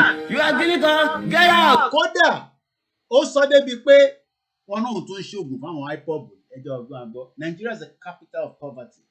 Yeah, I know. You are the one doing something for them. They fire them. Only they fire them, you know, enter. Ẹ mọ̀ pé wọ́n ti ìbínú pé wọ́n tẹ̀ lọ sílé bàbá wa Chief Sunday Igboho ọ̀rí yàn kankan mú ọ̀rí aláyé mú ọ̀rí pa ìyẹn lásán tẹ̀ ń fọ́ wọn lórí pé àwọn tún gbé babaláwo wá mẹ́ta at least tọ́ sọ fún wa pé àwọn babaláwo ń pò gèdè nínú ilé. Bọ́ọ̀ ti gbàgbé pé bí Chief Sunday ṣe máa ń sọ pé Ọlọ́run nìkan lágbára wà lọ́wọ́ ẹ̀ mo kàn mọ orin tí n bá fi sí àárín méjì yẹn ni yẹn ìyá wa tẹ bá bá àwọn orin kan tí mo lè sáré kọ láàrin méjì yẹn Ọlọ́run nìkan ni alágbára but àwọn rò pé agbára jùjú òun ló ń ṣiṣẹ́ wọn mọ̀ pé Ọlọ́run ọba bó bá jẹ́ pé Ọlọ́run òrìṣà náà ní ìdọ̀tí máa ta Ọlọ́run kìrìsìtẹ́nì Ọlọ́run mùsùlùmí ìkíni tó bá mú náà ẹ̀ wọ́n wá sọ pé lè ló ń ṣe you be juju man yeah shut up Yoruba people, they do juju. No let our gun enter your body. We are playing with fire. Nàìjíríà tán ni ó tún da November mo tún ránṣẹ́ wọ́n wá gbé. Get out, you are the one doing something for them, they fire them. Ẹ fẹ́ pa Nàìjíríà tán ni ó tún da November mo tún ránṣẹ́ wọ́n wá gbé mi. Wọ́n Yorùbá ọ̀gá nínú wọn ó wá gbé mi, ó wá gbé lọ́rùn pé kí ni mo ṣe. Mo tún ṣàlàyé bí mo ṣe ṣàlàyé fún assistant director wọn lọ ṣe fídíò fún mi, mo ṣe fídíò wọ́n béèrè lọ́wọ́ mi. Number one, kí n introduce ara mi, mo introduce ara mi. Wọ́n ní kí n sọ story ayé mi. Wọ́n ní ṣe story ayé mi lẹ mú mi sí ni ó. Do you understand what he has gone through in a one Nigeria, even if he was a criminal? Mo sọ story ayé mi fún wọn. Wọ́n wá ní do you know who is Sunday Igboho? Mo ní Sunday Igboho, mo ní mi tẹ̀rí Sunday Igboho sójú rí. Wọ́n ní àwọn singlet jákẹ́ẹ̀tì yìí. Mo ní jákẹ́ẹ̀tì tẹ́ ń wo wọn tí bí mi gbà tán ti ṣe. Mo ní wọn tí bí mi wọ́n fi ja ogun mo dákẹ́kẹ́. Mo ní mò ń rí mò ń kà torí mi ò ń ṣe kinní mò ń kà. Wọ́n ní you are the one that is doing chants for IPOB.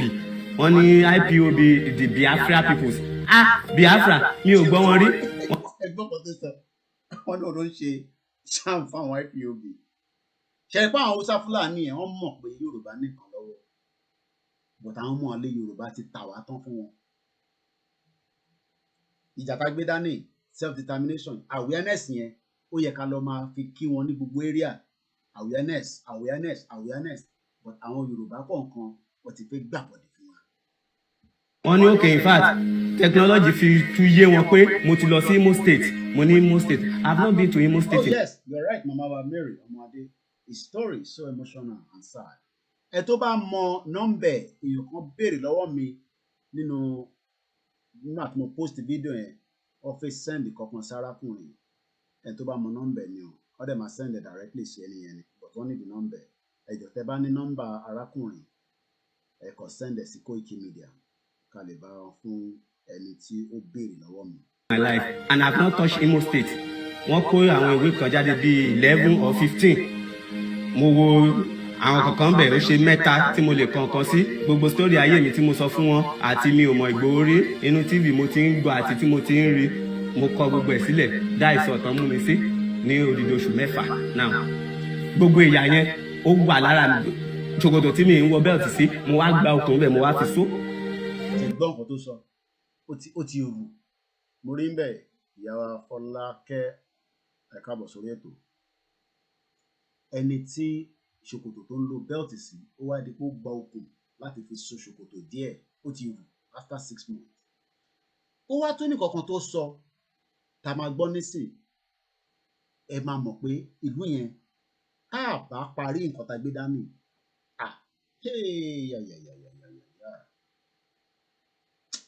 àwọn tó ń bọ̀ lẹ́yìn wa wá fi ṣégi wọn wá fojú àwọn máa bo mo rí ń bẹ̀ Ọ̀túnba Adékúnlé.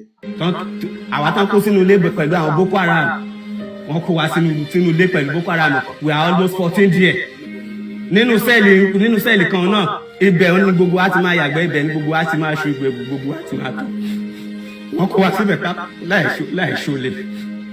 láì kí n ṣọlẹ̀ mo sì ń bi the chief security officer of Oyo State Ṣèyí Mákindé where is ISKIL Wakilu tọ́nìkẹ́ fi sí Abolongo and Abolongo ni wọ́n ti lọ bust over 500 tó bá ní 500 ẹ ṣáà mọ̀ pé ní táwọn sọ nìyẹn over 500 èèyàn kan náà tún ń béèrè lórí YouTube pé ta bá ní nọ́mbà ẹ̀jẹ̀ tó bá ní nọ́mbà arákùnrin ẹ fi kàn sí wa ká lè fi ránṣẹ́ sáwọn tí wọ́n ń béèrè.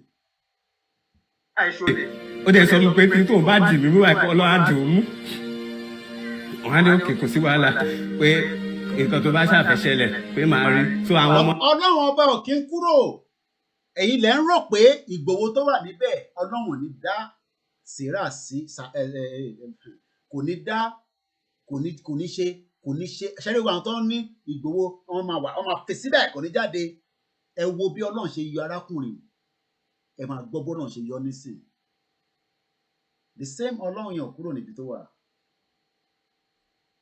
Chief Sunday Adéyẹmọ Ìgbòho máa jáde agbára náà mo pause nísìnyí but mo fẹ́ ká focus ká wo bí Ọlọ́run ti ní àsìkò ó kọ̀ lọ jìyà tí kò lù fún ẹ rárá 6 months. What a very painful story. But gbogbo ẹni tẹ́ ẹ sọ pé ẹ̀ ń lo agbára tí Ọlọ́run ló lágbára. Ọlọ́run ló lágbára.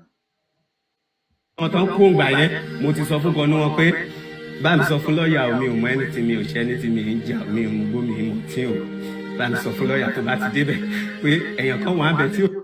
Ẹ má bínú mo ń bọ̀ ọ́.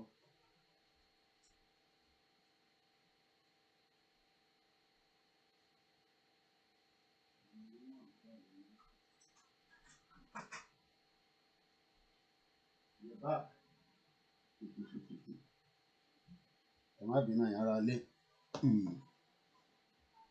Yóò ṣe kankan o ìyẹn ló wá sọ fún lọ́ọ̀yà àti lọ́ọ̀yà wá gbà mí àná lọ́wọ́ wọn. Ẹ wá tún gbọ́n tó sọ níbí báyìí ó máa wọnú egungun yín ẹni tó ṣẹ̀. tó ní owó tó ń fi gbà mí kì í ṣe kékeré o mo ní o fowó gbà mí láì ṣe. Ó fowó gbà láì ṣe. Wọ́n fi owó gba ẹni tí kò ṣẹ̀ ẹ rí pé the country is working. A dúpẹ́ lọ́wọ́ bàbá wa Barrister Pẹ̀lúmi fún iṣẹ́ takuntakun tó ṣe fún àwọn èèyàn wa pẹ̀lú àwọn méjìlá tí wọ́n bá wa gbà sílẹ̀. Ẹ jọ̀ọ́ ẹ bá wa gba òkú bàbá wa Àdìsá àti Fatai. A dẹ̀ ń wá bàbá wa náà Tùlá Ọ̀yọ́. Ẹ jọ̀ọ́ ẹ tó bá mọ nọ́mbà bàbá wa Fatai tí aṣẹ̀wò fídíò wọn tán yìí ẹ fi ṣọwọ́ sí wa. So we're gonna move swiftly. Once again, 30th of December 2021. Wakilu is now enjoying his life in far away in Mali, thanks to Makinde and Aregbemubo. Let's now come here and watch that video of where is Wakilu? What Nigerians believed all along was that ISKIL Wakili was at the Abolongo Correctional Facility. On the 22nd of October, the unexpected happened at the Medium facility where ISKIL Wakili was expected and supposedly held. Immediately, the news of the jailbreak filtered out. Questions started popping. Where is ISKIL Wakili? Journalists kept asking questions, and the leadership of the Nigerian Correctional Service seemed to be evading the questions, and eventually they provided an answer that left so many in the dark. In this custodial center. And Professor Fulani is the deputy controller. I'm sure there will be a lot of Yorubas, Igbo, Ishekiri that would have more knowledge, better to take over this position. But no, we are living in a society with people that believe they are more smarter and better than us. Let's hear what this Awusa Fulani man is going to tell you now. We don't have any high profile. Only with Muhammad Tuka, the Deputy Controller General Operation. Only we don't have any high profile. In the high profile, our high profile. Oh my Lord. Let's see a little bit more. The only person we have is that person who has a case with EFCC. Who is that person? A Yoruba man. The terrorist is in there. The terrorist is not there, but the high profile EFCC case, the Yoruba man is there. And for your information, he's still with us here. He didn't go to anywhere. He's still with you where? Where? He's still with us. Where? Show us his video. He's a criminal. We need to search to be sure that he's still with you. If not far away in Mali. Olórí burúkú nation. Olórí burúkú nation de làwọn Yorùbá kan ní ká ṣe máa tẹ̀lé. Àní gẹ́ẹ̀ kan ń ṣe fídíò ń tún àwọn tún máa fi wá rẹ́rìn. Wọ́n ní àwọn agitator. Wọ́n kọ́ máa rẹ́rìn pé Nàìjíríà ń bọ̀ lọ́dọ̀ yín. It's just a matter of time. He is not here. He's not here. Then where is he? He's not here. Where? In Bolowa. Only he's not here. Yes, nonsense country. Thank you very much. Bless him, bless. Mila Olani, yes. Nonsense country. Where is he? A Yoruba man was kept inside the custody of other terrorist people for 6 months. And they had to use money to bail him out. Do you understand what that means? But the Wakilu, they came with explosive, killed, released all the prisoners, and took away ISKIL.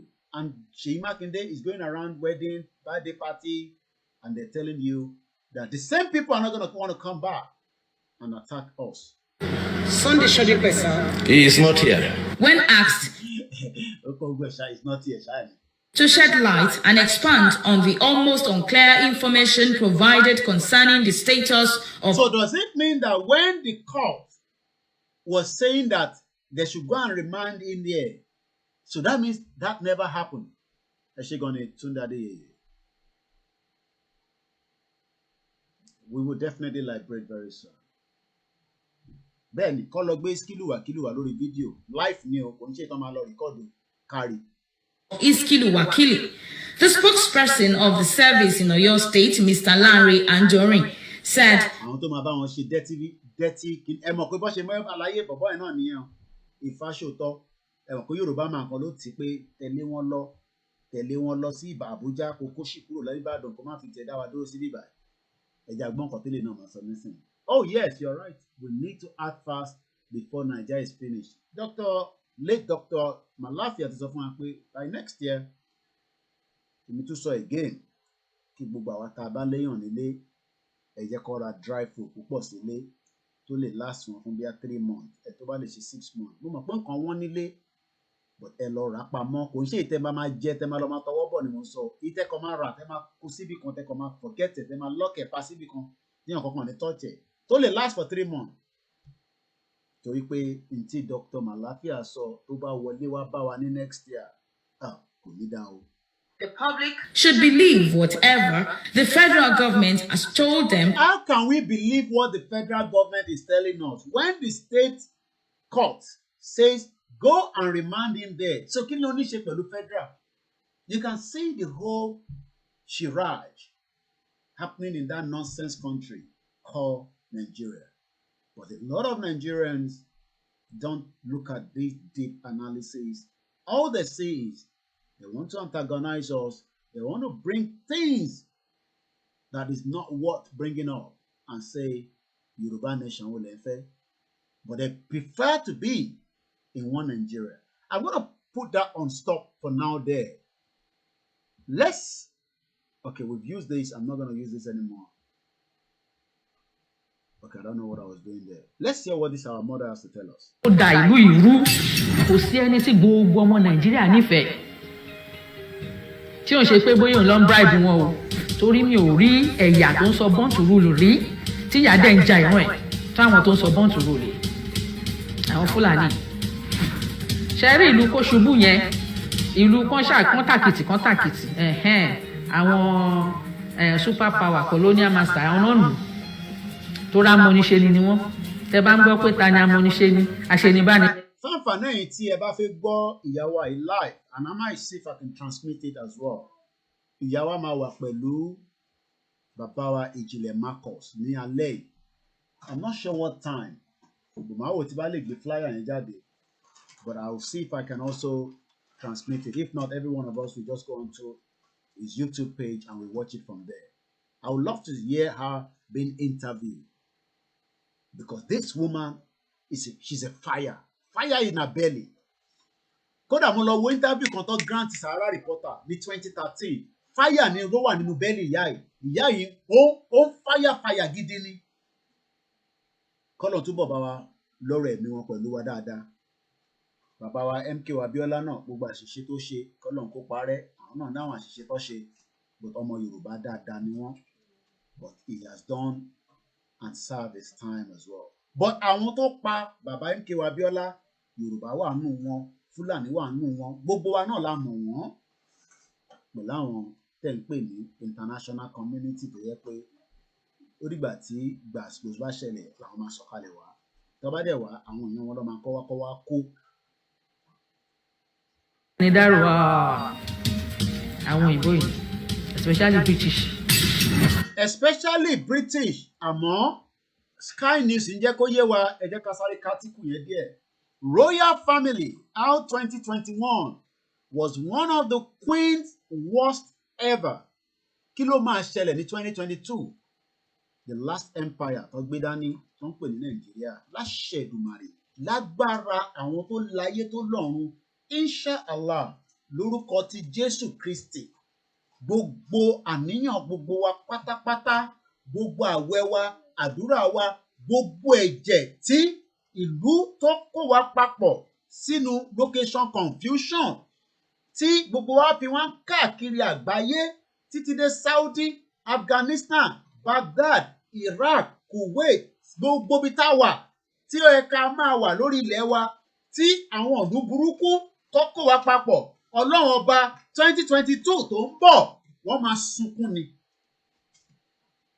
Wọ́n ń béèrè pé kí ló máa ṣẹlẹ̀? What next in 2022 for the royal family? Wọ́n máa sunkún ni.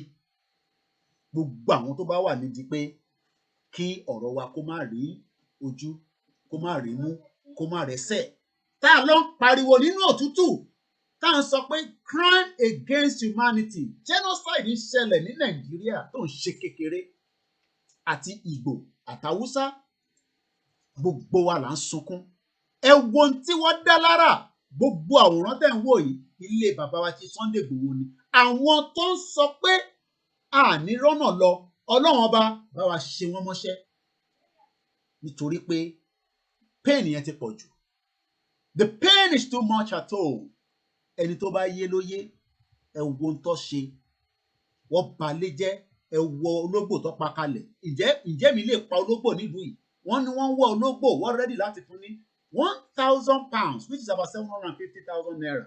Náírà nílé equivalent. Gbogbo ẹ̀yin tẹ́ ń sọ pé ẹ ní agbára mọ̀mí wọ̀tá. Ẹ̀yin tí ẹ jẹ́ royal family. Ẹ̀yin tí ẹ jẹ́ British government, American government, German government. Gbogbo ẹ̀yin tẹ́ ń kùdípàdé mọ́ ìjọba Nàìjíríà. Tẹ́ ń sọ̀pẹ́sì ọmọ Yorùbá àti àwọn ẹ̀yà tó fẹ́ lọ. Ọlọ́run ọba à ń pè ẹ́ ní wákàtí 2022 já sàríà fún wọn pátápátá.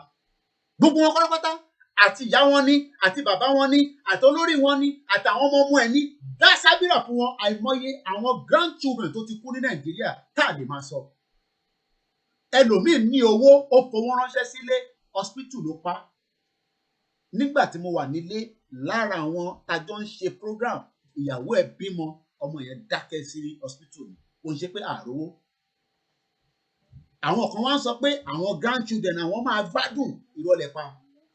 Ìbéèrè tí Sky News ẹ̀yìn pé mi kọ́ mo pa ilé nísìn so èmi fẹ́ fi ṣe analysis ni èmi náà nígbà tẹ̀ fi gbogbo ẹnu sọ̀rọ̀ gbogbo ẹni tí mo fi tí mò ń mọ̀rọ̀ lọ àbí wọ́n ní Koiki máa fọ̀rọ̀ sábẹ́ ẹnu máa gbogbo ẹnu sọ̀rọ̀ èmi náà ti gbọ́n nísìn ní à ń ṣe kí ni wọ́n rà ń pe kóòdù lèmi ò fi sọ gbogbo wọn pátápátá àtàwọn ọmọ wọn ẹlòmíì tí mẹni tí mò ń bá sọ̀rọ̀ nísìn àtàwọn ọmọ wọn wọ́n máa sunkún ni kò sí bẹ́ẹ̀ ṣe lè nífẹ̀ẹ́ wọn tó wọ́n máa sunkún ni nítorí pé ẹ̀jẹ̀ ti ta sílẹ̀ nílẹ̀ Yorùbá nítorí pé ìlú burúkú tó kó wa papọ̀ ó tí àti yóò go ibi tí mò ń rọ́wọ́ rẹ̀ lọ Koiki má dárúkọ ìyá yẹn o bọ̀tá máa Yorùbá ọ̀dá ọ̀yá yẹn bá pè mọ́ ní ọmọ mi jọ̀mọ́ ń bẹ̀ ni èmi náà dárúkọ kọ́kọ́ nísìnyí mo dárúkọ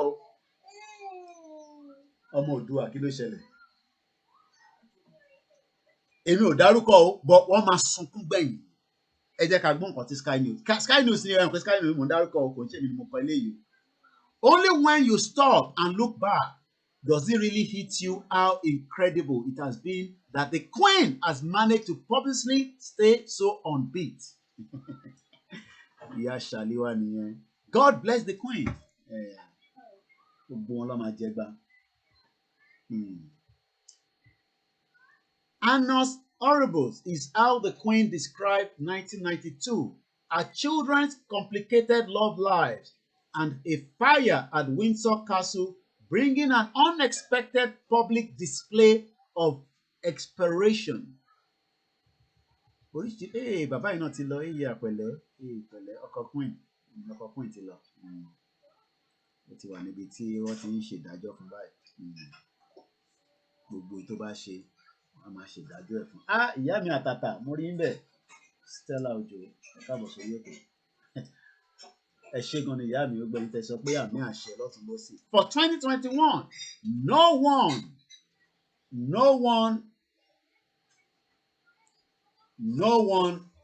ẹ má bínú àpáwọn kan wò wá lórí Instagram so ẹ kàn mí ṣọ̀pọ̀ capture. Wọ́n pẹ́ ń gbọ́ mi dáadáa èèyàn ara lé ṣe gan ni. Mo rí ẹ̀ńbẹ̀sẹ̀ gbogbo yìí ni mò ń kí lọ́tún lọ́sì. For 2021, no one has so far coined such a memorable description.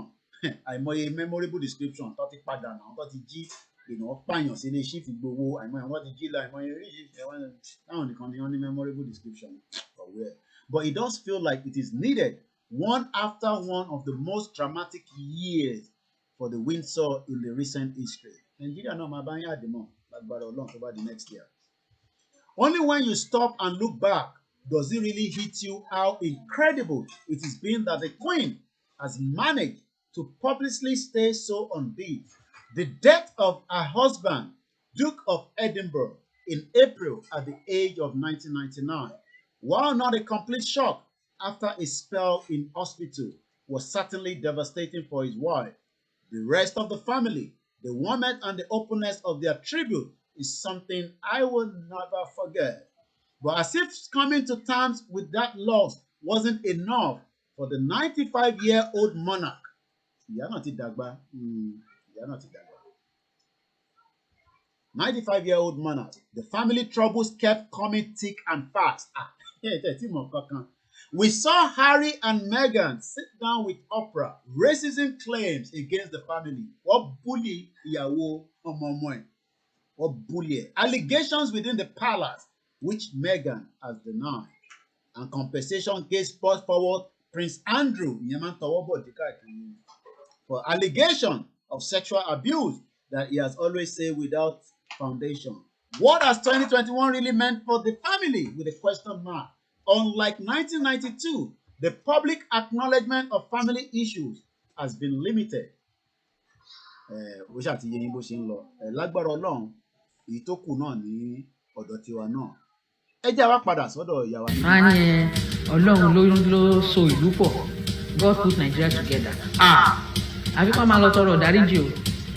Torí fúnra ara wọn mọ̀ pé British ló put Nigeria together. Ṣẹ́rí gbogbo ìgbà ni wọ́n recognize o. Wípé Nigeria ń ṣẹyọ kan o. Àwọn òyìnbó recognize ẹ̀. Tẹ́ bá lọ wo gbogbo constitution tán lò. Nígbà tí wọ́n wà níbí as colonial master, wọ́n recognize torí owó tó ń jáde ní south yìí ó pọ̀. Òun náà lọ ń lò ní north. Kí ló dẹ̀ fà? Ẹ̀yin náà lẹ bá ti north jẹ́. Tẹ́ bá jí owó tán, ẹ máa lọ fi sí àkáǹtì káàkiri ńbẹ̀. Àwọn àkáǹtì tẹ́ fi sí yẹn, wọ́n mọ̀ ọ̀gbà tẹ́ gbédè o. Wọ́n béèrè pé unity tó ń pè yẹn ta ló fi bọ̀? Favour anybody. Ó release Nnamdi Kanu unconditionally. Kó jẹ́ kí Chief Adéyẹmọ Sunday Igboho kó padà láyọ̀ àtàlàáfíà. Gbogbo àwọn sójà kan kó káàkiri yẹn kó withdraw sójà padà sínú báràkì. Ṣó ti yé yín? Kó wá kó combatant jáde. Inú igbó nìkan lọ wọ́n má dó sáàrin ìlú. Gbogbo ẹ̀ tán bá bá nu gbó tẹ́ ẹ̀ bá fẹ́ kó jẹ́ pé history máa sọ wípé ìwọ President Buhari orí tiẹ̀ ó jẹ́ wá kọ́ pátápátá tó jẹ́ bá kọ́kọ́ wo preamble constitution Nigeria láti òkè ẹ̀dẹ́lẹ̀ irọ́. Lẹ́ẹ̀kan sí i à ń kí gbogbo wa the topic tá à ń sọ̀rọ̀ lé lórí òun ni pé àlàáfíà ó padà fáwọn investors lẹ́yìn tí bàbá wa Chief Sunday Igboho tó wọlé tọ àwọn darandaran àwọn darandaran. More than 20 investors, according to this chairman of the Investors Forum in the Igangan community, says, it is only when Chief Sunday Igboho came back that everybody has come back as well. So we're going to move swiftly. Let's watch this. Mr. Chairman, for the benefit of those that might not know who this Secretary to is, the this is Dr. I think he's late now, Matthias Ofobuchi. Nigerians suffering from mental slavery. Let's watch it together. Friends, distinguished delegates, I will be very brief. There will be no padding. I wish to thank the President for this opportunity for re-engineering the country. I wish to go straight to say that the problem we have in this country is because we have suffering from mental slavery. Over 300 years ago, our parents sold our brothers and sisters into slavery. 300 years later, we are not different. We are still selling ourselves into slavery. There is no originality in this country. This is the root of the problem we have. Those days, the price for the slaves were trinkets, beads, gunpowder, gin, thank you very much, and so on. The price today is foreign aids. The price today is political influence. The problem we have is not of our own making. And unless we address those issues, our collusion with the colonial masters is going to cause us more problems. If we look all around, look at the ceiling, there is nothing that is new, nothing indigenous in this hall. The country itself is not indigenous. Did you hear that? The country itself is not indigenous. So we have all been telling lies, just try to live together, let's live, let's be doing election every 4 years. And all these bastard and Buruku politicians that are taking advantage of the masses. They've kept them in abject poverty. Food that is meant to be one of the basic things of life is not available. Children, no welfare. Education, zero. Nothing is working. Kandemir, 121. Thank you very much. And I can say, I greet everybody as well. Ayola, Yawa Yunis, Edward, Alaji Lukman, Alimi. Bàbá mi, àgbàlagbà oyè, bàbá confirm, bàbá àgbàlagbà, mo kì í bẹ̀, bàbá ni confirm. Ẹ bá gbọ́ tí bàbá yẹn bá ń sọ̀rọ̀, wọ́n sọ àwọn kì í ṣagitator, ìránṣẹ́ Ọlọ́run làwọn. Ẹ lọ gbọ́ the last video tó ṣẹ̀ ṣe, ẹ rí i pé gbogbo tá à ń sọ pé Yorùbá ò ní wáyé yẹn rọ́ lẹ pa. Ọ̀nà yẹn ti ṣí, àwa ni ká wá dúró tán láti kọjá lẹ́nu ẹ̀. Wọ́n fẹ́ tilẹ̀kùn yẹn padà, àwa la láti make sure pé a fún wọn láyè ọtí. Wọ́n fẹ́ tì í. Mo rí bẹ́ẹ̀ bàbá mi, thanks very much. Bẹ́ẹ̀ ni mo kí Mutiu Ahmed, Alhaji Aremu, ẹ̀yin tá a bá dárúkọ, bàbá Àrólé Olú Michael Babalọlá JP, Àrólé 1010, bàbá yẹn fàyàfàyà. Ṣé mọ̀ sí mi tẹ̀ ta ló tẹ̀ náà wọ̀n tí òkè ó dà ń pé sista Jíre ni, àǹtí mi Jíre. Wọ́n náà tún lọ gbó Àrólé 1010. Wọ́n ní ìyá bàbá yẹn fàyàfàyà gidi ni. Ẹ lọ gbọ́ program tí Òṣàtọ́lá ṣe ní December 22nd. Ẹ rí ọgbọ́n kọ́ nínú ẹ̀. December 22nd, ẹ lọ sórí page ẹ̀ lọ. Wọ́n mọ̀ pé a máa kọjá, but wọ́n fẹ́ close ọ̀nà yẹn padà. Ọ̀nà yẹn dẹ̀ tí ó ti ń widen, but wọ́n ti fẹ́ close ẹ̀ mọ́ wa lọ́wọ́. Àwa ni ká wá make sure pé a gbọ́dọ̀ jẹ́ kọ́nà yẹn kó close mọ́. Yorùbá ti kọjá, a ti lọ. Ẹgbàn tí mo sọ, a ti lọ. Nígbà tí Haúsá tó wá gbé bọ̀bọ́ ẹ̀ nílé, ẹgbọ́n tí aláyé yẹn sọ, ìyẹn Ifáṣòótọ́ yẹn, ẹ kàn láti pick different things from this conversation of all these politicians. Ẹ ẹ lọ wo gbà táwọn Ọmọlúkà lọ sí Àkúrẹ́. Blaze World Media, thank you very much. Ẹ lọ wo gbà táwọn Ọmọlúkà lọ sí Àkúrẹ́. Ẹ wo bàbá tó wá kọ́kọ́ wà prayer tó wá bá wọn sọ̀rọ̀ yẹn. Ṣé ra bàbá yẹn eré mélòó ló lè sà tí wàhálà bá tẹ̀ ṣẹlẹ̀? Àwa tí a mọ̀ pé a fẹ́ lọ, àwa ni ká make sure pé a gbọ́dọ̀ jẹ́ kó close the gap mọ́ wa lọ́wọ́. Ẹ̀yin forget about 2023. Ó máa wáyé kò ní wáyé. Ẹ̀yin fi ẹ́ sílẹ̀. Ní Kóìkì má sàn kankan mọ́. Ìsábẹ̀ ẹkùn. Bó máa wáyé, Ọlọ́run á mọ̀ bí ó máa wáyé, bó ò ní wáyé, Ọlọ́run á sọ fún wa tó bá tó táìmù. Ọlọ́run dẹ̀ àwa la máa ṣe. Ọlọ́run ní sọ̀kalẹ̀. Ìlú tí ebi ń paráàlú. Tí aráàlú ò lè jẹ 3 square mil. A dẹ̀ ní a ní ilẹ̀ rẹpẹtẹ. Ìgbòho wá jáde, ó make sure pé ó wọlé tì wọ́n. Àwọn investors wá nínú àwọn dùn. Nínú 24 or 29, àwọn 24 sá lọ. Ọlọ́run jẹ́ kẹ́ pa àwọn sí bíbá. Inú ẹ̀kọ́ ló pa Bórèdì sí. Indigenous people ni wá. Òyìnbó mọ̀ yẹn tẹ́lẹ̀ 300 years kó tó wá bá wa. Bọ̀ torí pa láwọn ọba. Àwọn ọba tí wọ́n ń jẹ oúnjẹ ń ṣàǹjẹ níbẹ̀ jẹ́ lọ́hùn. Àwọn politician náà ń jẹ gbogbo wọn ṣàǹjẹ, wọ́n ń jẹjẹkújẹ. Ibi ń pọmọ Yorùbá. Even the coup, we are blaming the military. Even the coups that we have is not of our own making. I believe there is the author of one of the books I have read in this conference who stated that the idea of a coup was first suggested in one of the military conferences they attended in America.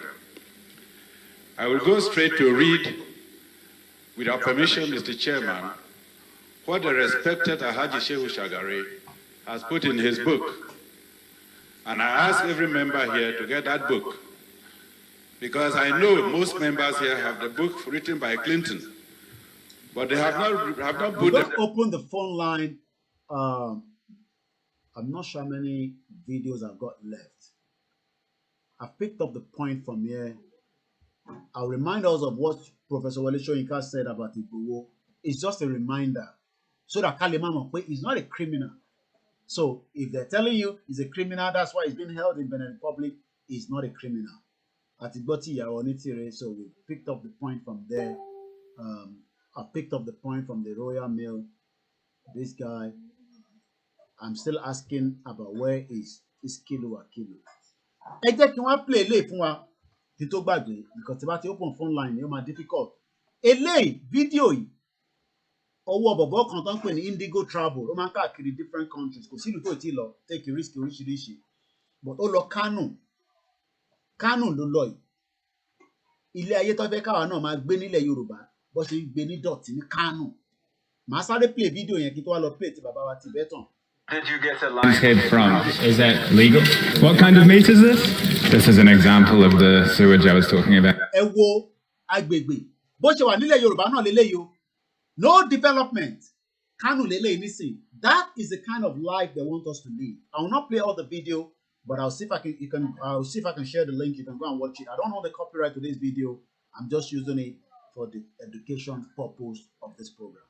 It's a house. There's the pipe. This is fresh crocodile skin. This is a crocodile's back. This is from a python. So what kind of threats could there possibly be? Take our funds or to take our money. Okay. Yeah. Is that quite common here? So we got the liver, the heart, and the intestine. All right, cheers, man.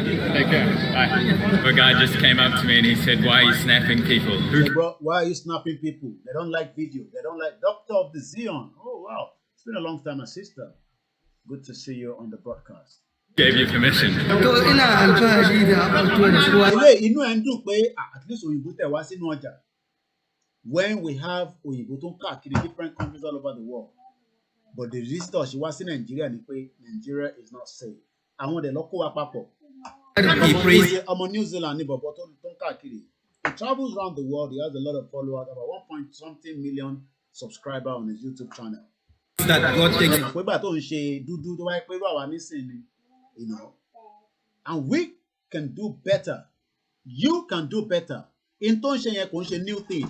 Tó bá jẹ́ pé wọ́n náà ní passport tó lè gbé ẹ káàkiri, ìwọ náà máa lọ àwọn ọ̀dọ́ tí wọ́n náà ìwọ náà máa lọ ṣe fídíò wa máa káàkiri. But nísìnyí wọ́n ẹni tó lówó gan lè gba visa Nàìjíríà.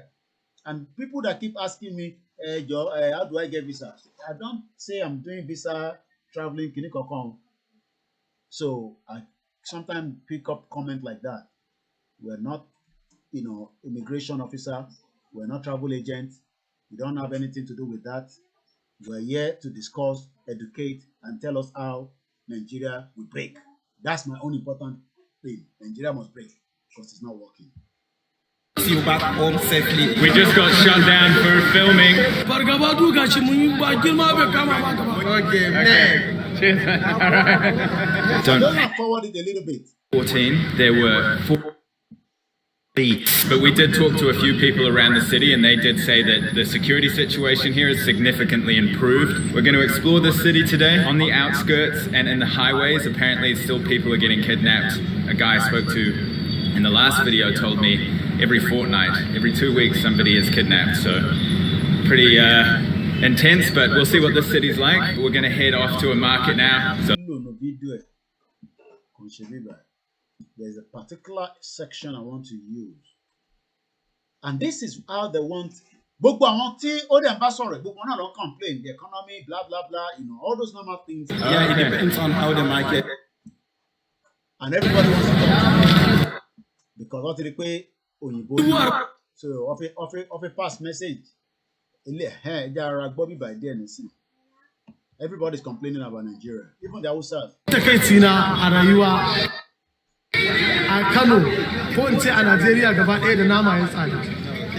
Saboda babban bakin ciki na a ce nama ya tsada. His main problem now that he's concerning about is for meat to become very expensive in Nigeria. Now meat is very expensive in Nigeria. Da naira 100,000 ake sai da ita amma yanzu wallahi ta kai 300,000. The live cow, the live bull, it was like 100,000 naira before, but now it's like around 300,000 naira. So you can see the difference of like 200,000 naira. Shugaban kasa Muhammadu Buhari ya bude mana boda mu samu abin da muke so. Lastly, he wants the president of Nigeria to make the border open. Let the border open. These are their concerns. Let the border open so that more terrorists can flood into the country. There's another section. Timothy, look.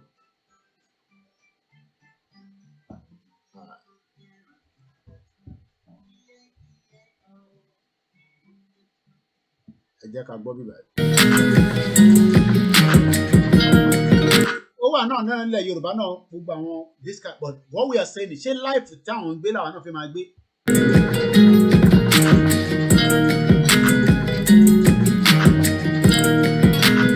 So I just asked if I could use the bathroom in this nice. Ó fẹ́ lo bathroom, ó fẹ́ lo ilé ìgbọ̀nsẹ̀, ó fẹ́ tọ̀. Ẹ máa wo tó máa sọ fún nísìn. Man is going to take me to there.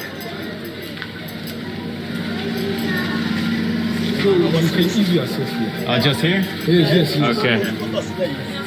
So I asked him if I could go to the bathroom. He said just do it here. So I'm not going to sugarcoat it. I mean, that's the reality, right? We've spoken to other people in Nigeria and obviously,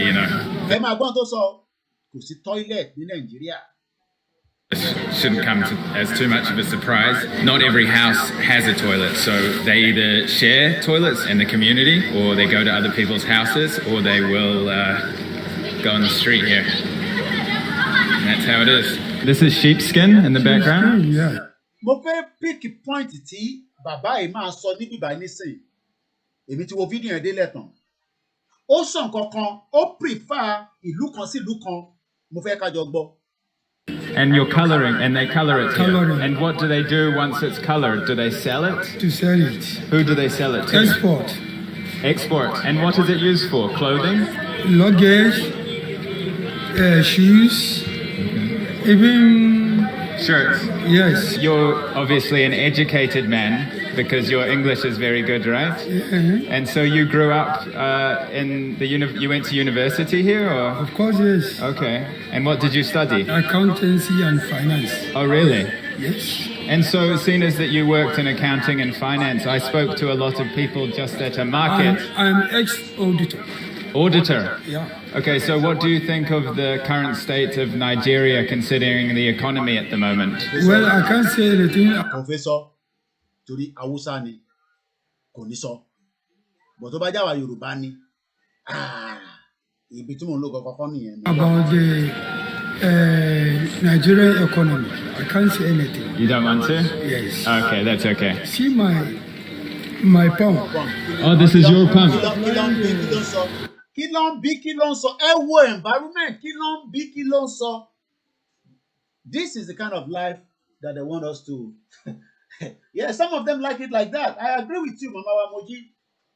And àwa náà ọ̀fẹ́ gbèrú láyé báyìí, but àwọn ọlọ́mọ àlè Yorùbá kọ̀ọ̀kan náà ní irọ́ Koiki ẹja gbé ìlú ayé bẹ́ẹ̀ yẹn torí pé Muslim Hausa ni wá, Muslim Yorùbá ni wá.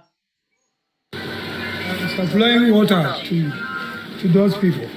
You sell this? Yes. Okay. This is my water. And so how did you made this yourself? In my house. I drew water. Òyìnbó yẹn ó ti capture bí tó fẹ́ lọ. Nígbà tó ti ó ń bí economy, òṣù economy. Ìyá kò máa wo gbogbo environment pé inú bíbá náà lẹ ti ń ṣe gbogbo eléyìí. Ó ga o.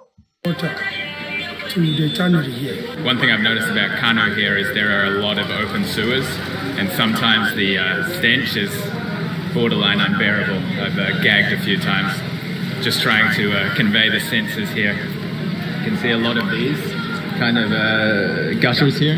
Hey. A lot of them are connected to household sewers, so I even saw like sewage washing out over the... Ìyẹn ń béèrè lọ́wọ́ ẹ̀ pé ṣó prefer ẹ jẹ́ n padà sẹ́yìn. Ìyẹn bí pé ṣó prefer àbí kò ń ṣe ni yìí bí the other person dẹ̀ ni. Ó ń bì yẹn pé ó náà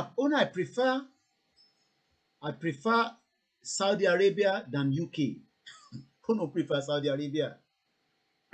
Maybe it's the next person.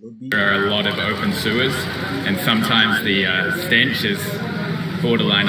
You can confirm that is the way it is in the north. I served in the north in Taraba State precisely, and that is why we are saying, oh, if we want in that kind of environment now, we want to move into the digital age where people can use their toilet in their house, not in the bushes. Bearable. I've gagged a few times, just trying to convey the senses here. You can see a lot of these kind of gutters here. Hey. A lot of them are connected to household sewers, so I even saw like sewage washing out over the basically what you would call a pavement or a footpath into the drains, so it's quite intense. Ṣẹ̀rẹ̀ ẹran bó ṣe ń dà káàkiri ládùúgbò. Ṣé ẹran àwọn ẹran tó ń dà lẹ́yìn? That is the kind of life they want. Àwọn sì rò pé a ṣì wà ní dark age. Mo rí bẹ̀ yá mi òye gòkè. The Yoruba elders and politicians want to continue to subject all of us to penury. That is right. Ẹ wo àwọn ẹran tó ń dà lẹ́yìn àlàyé yẹn. Ẹ wo àwọn ẹran yẹn. Salam alaikum. Ẹ àwọn ẹran bó ṣe ń dà káàkiri. You just mentioned that you've been to England. And what year did you go to England? England now. Ẹ má bínú àwọn tó wà lórí Instagram ọ̀fẹ́ yẹ kọ́ miss ibẹ̀ yẹn ni. So I need to quickly start, the broadcast again there. Lẹ́ẹ̀kan sí mo kí gbogbo ẹ̀yin olólùfẹ́ wa tí ẹ̀ bá wa ká lọ. As soon as we get close, we will open the phone line and you will have opportunity to have your say as well. Let's continue. England. 1993. You like England? I like Saudi Arabia. You like England? Oh no, I like Saudi Arabia better. Emodi now, Saudi Arabia is an Islamic country. England is not. Ogunaira Films, thank you very much. It is towards the end, Koiki, when he asked the question regarding Saudi. Oh yeah, we're not allowed to pick anything. I'm just going to rewind it back a little bit and I'll keep quiet.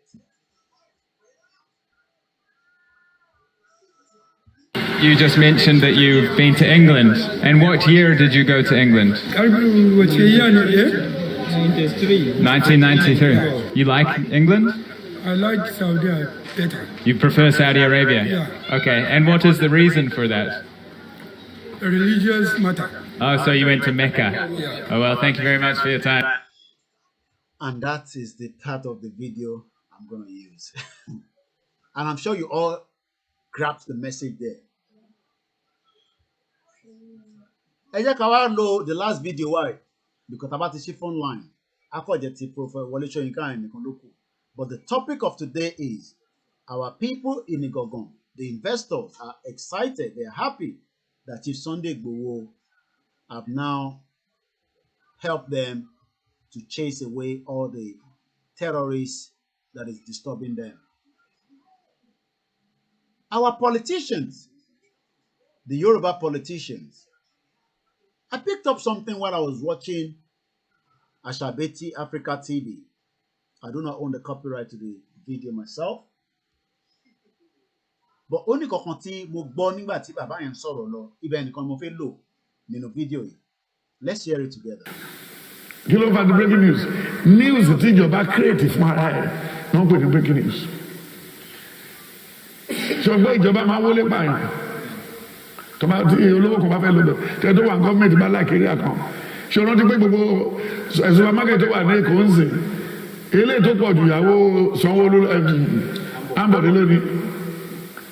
Wọ́n ti wo pẹ̀yẹ́ lẹ́gbàá tó ń ṣe títì káàkiri.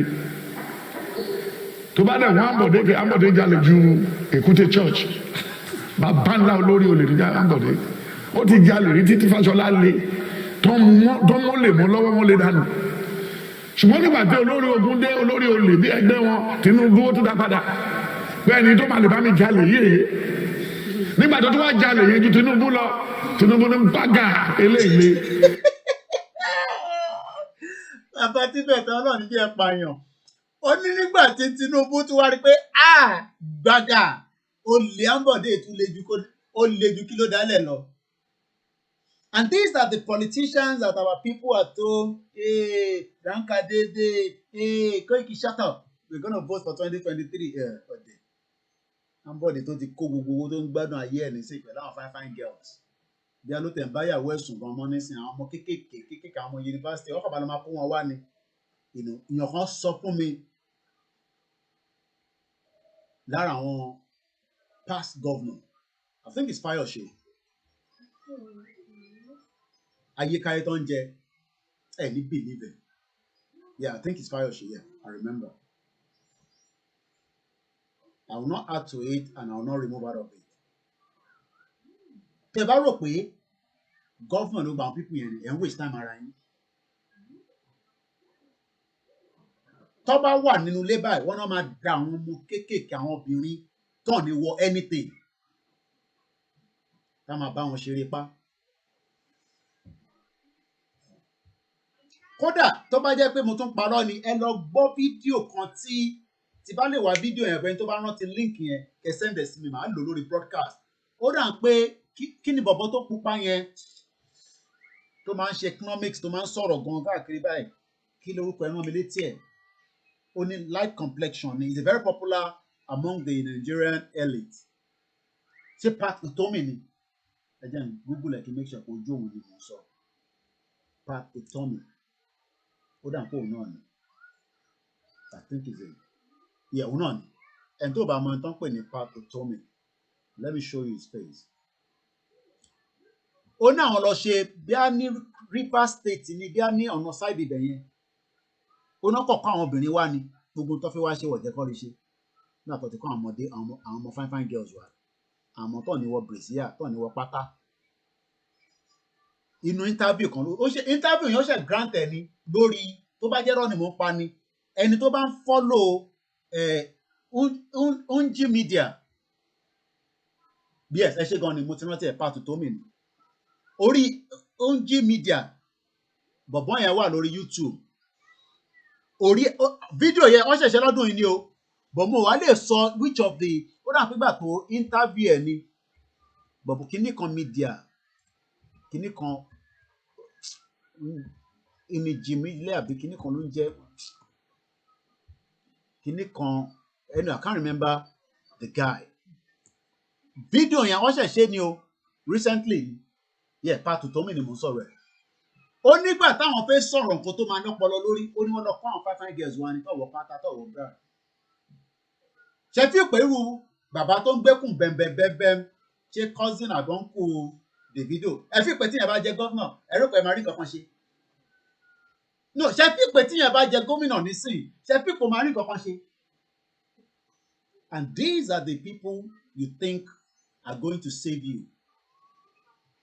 Nígbà tí one person lọ sí Ìgangan, àwọn investor padà síbẹ̀. Thank you very much. Adeagbo Kazeem. Àní wọ́n ní Fáyọ̀ṣe sẹ́ ní government house. Ẹni tó wà pẹ̀lú wọn confam ni mò ń sọ̀rọ̀ ẹ̀ mò ń parọ́. Mo rí bẹ́ẹ̀ yàrá Eunice Ládépọ̀. Ó ní gbogbo àwọn ọmọ tó bá kó wọbẹ̀ yẹn báyìí wọ́n ti máa gba fóònù lọ́wọ́ wọn kò sẹ́ni kankan tó máa record anybody. Wọ́n ti máa gba gbogbo fóònù lọ́wọ́ àwọn ọmọ yẹn wọ́n máa wà ní wòwò ni. Yeah, Injimedia ẹ ṣe gan ni. Àwọn tó ń follow wa yìí náà ẹ máa help wa. Ẹ hàn pé kò easy láti máa ṣiṣẹ́ yìí. Injimedia, yeah. I think it was an interview he did with Pat Utomi. Màá láti lọ farabalẹ̀ gbọ́, màá wá wo area yẹn, màá gbé wá fún yín. Kódà bọ̀bọ́n yẹn pé ó náà pa àwọn kan fẹ́ kó sọ nínú Zoom yẹn. Bọ̀bọ́n yẹn ìyẹn Injimedia yìí, ó ní no, ó ní kó má jẹ́ kó sọ gọ́vnà náà. Ó ní àwọn lọ discuss the development plan, kìíní kan plan. Nígbà tó ti kọ́ àwọn ọmọ tó wọ bèsíà tó wọ pátá tó wọ nǹkan kan má bínú ìyá wa. Not to disrespect our women, but that is what the politicians have turned our women to. Ẹ ṣe gan ni. Pat Utomi ló sọ inú ọdún yìí ló ṣe sọ ọ̀rọ̀ tí mo tó sọ kò tí ì pé 4 months ago. And that is what Baba is saying here. Ṣé ó parọ́ mọ́ ni? Ṣé bàbá Tibetan parọ́ mọ́ wọn ni? Ṣé wọ́n ò lé Ambode nígbà tó ń ṣe finance kìíní kan lábẹ́ Fáṣọlá? Ṣé ó parọ́ mọ́ ni? They are all 419 and rules. But àwọn tó bá ti wà pẹ̀lú wọn tó ń jẹ, tó ń mu, tó ń jẹ pepper soup, tó ń jẹ pepper yola, tó ń wà òkè, tó ń gun Mercedes, tó ń ṣe kí kí ẹ̀ nípa àwọn aráàlú. Ẹ wo àlàyé tí wọ́n mú yẹn, Ìfáṣòótọ́ yẹn. Ẹ wo àwọn ọmọ kéékèèké tó wà lábẹ́ ẹ̀. Ẹ wo environment yẹn. Àwọn ilé tó tí ní toilet. Ẹ ṣe gan ni bàbá wa Alájà rẹ̀. Ẹ má bínú pé broadcast tèmi ó lọ sókè díẹ̀. Ẹ jẹ́ ká padà sórí fídíò yìí. Olórí olè bí ẹgbẹ́ wọn. Ẹ padà sẹ́yìn díẹ̀ sí. Wọ́n ti wo bẹ̀pẹ̀ lè gbà tó ń ṣe títì káàkiri. Tó bá dẹ̀ wọ́n Ambode jalè ju Èkúté church.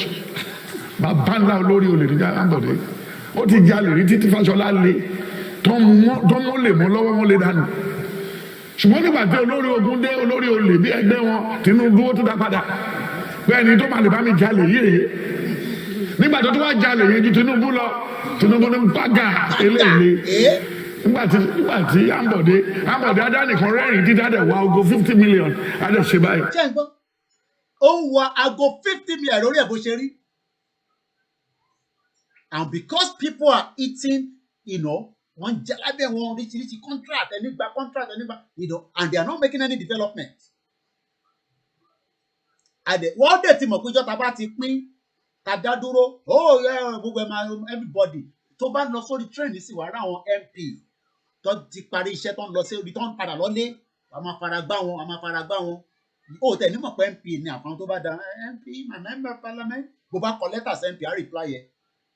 Ṣé Ambode lè máa lọ nígbà tó ṣe gómìnà kí aráàlú dì í mú lọ́wọ́ tí wọ́n ní fìbọn fọ́ ọwọ́ yẹn dànù? Nígbà tí òun ṣe wèrè ọmọ oko tí wọ́n bá tó bá kàn ṣá ogo bí eléyìí fídíò lè ka orúkọ ẹ bá Bọ̀dé sọ̀rọ̀ olórí wà sí ó tí wọ́n kó wa lọ sí Kánò ló ń ṣe ráìsì ó fẹ́ lọ ní líìgì pẹ̀lú àwọn ará ilẹ̀ Haúsá kọ́ lè ràn lọ́wọ́ lọ́jọ́ tí Tinubu. Kánò yẹn ni mo ṣú òyìn tán nísìnyí. Mo bá fẹ́ lè dànù kò dẹ̀ mọ̀ pé Tinubu kẹ̀kù jù táà ní ọmọ tó ti forí gbá ọwọ́ ni Tinubu fi wá ayé kì í ṣẹ̀ṣẹ̀ ọwọ́ ló fi jáde láti inú. Ẹwù bó ṣe rí ó fi jẹ president Nàìjíríà jìntà.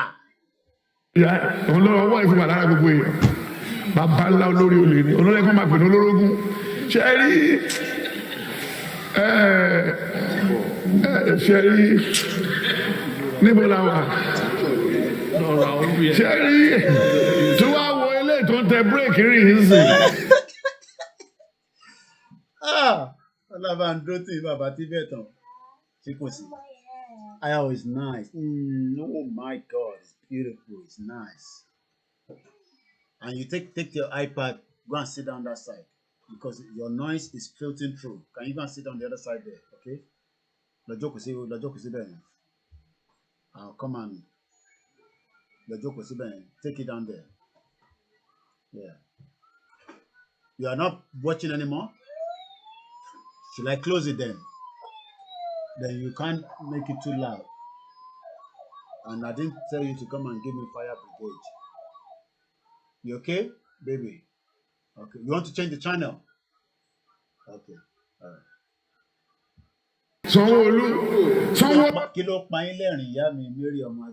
Stephen Emmanuel, and their own children are protected while destroying other children. Hey, Paro. Okay. Uncle Wale said it's coming later.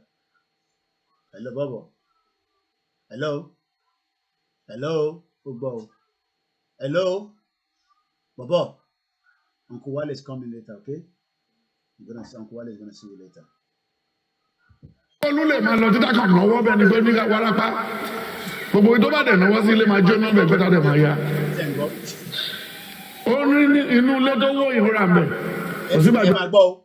Ilé tó wó.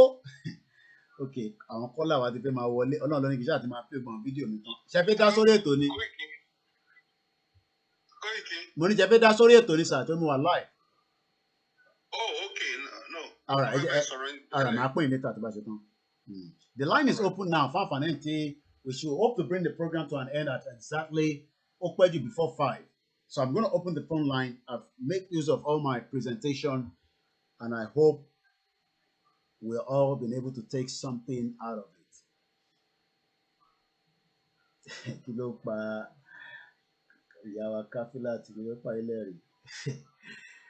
Àwọn politicians táwọn Yorùbá ń bá dì nílé. I pity people. Ọ̀ṣínbàjò òun ló ní ilẹ̀ tí ilé tó wó yẹn Ìkòyí. Ọ̀ṣínbàjò ló ní ilẹ̀ yẹn èèyàn kúkúrú bìlísì. Èèyàn kúkúrú bìlísì ti bá ní short man devil. 19 verse 1 to 10. Onísàkè sọ̀kalẹ̀ a ṣe máa pè sọ̀kalẹ̀ láti Àbújá kó wá ṣàlàyé àwọn ọ̀rọ̀ nílẹ̀ Yorùbá. It's just like that.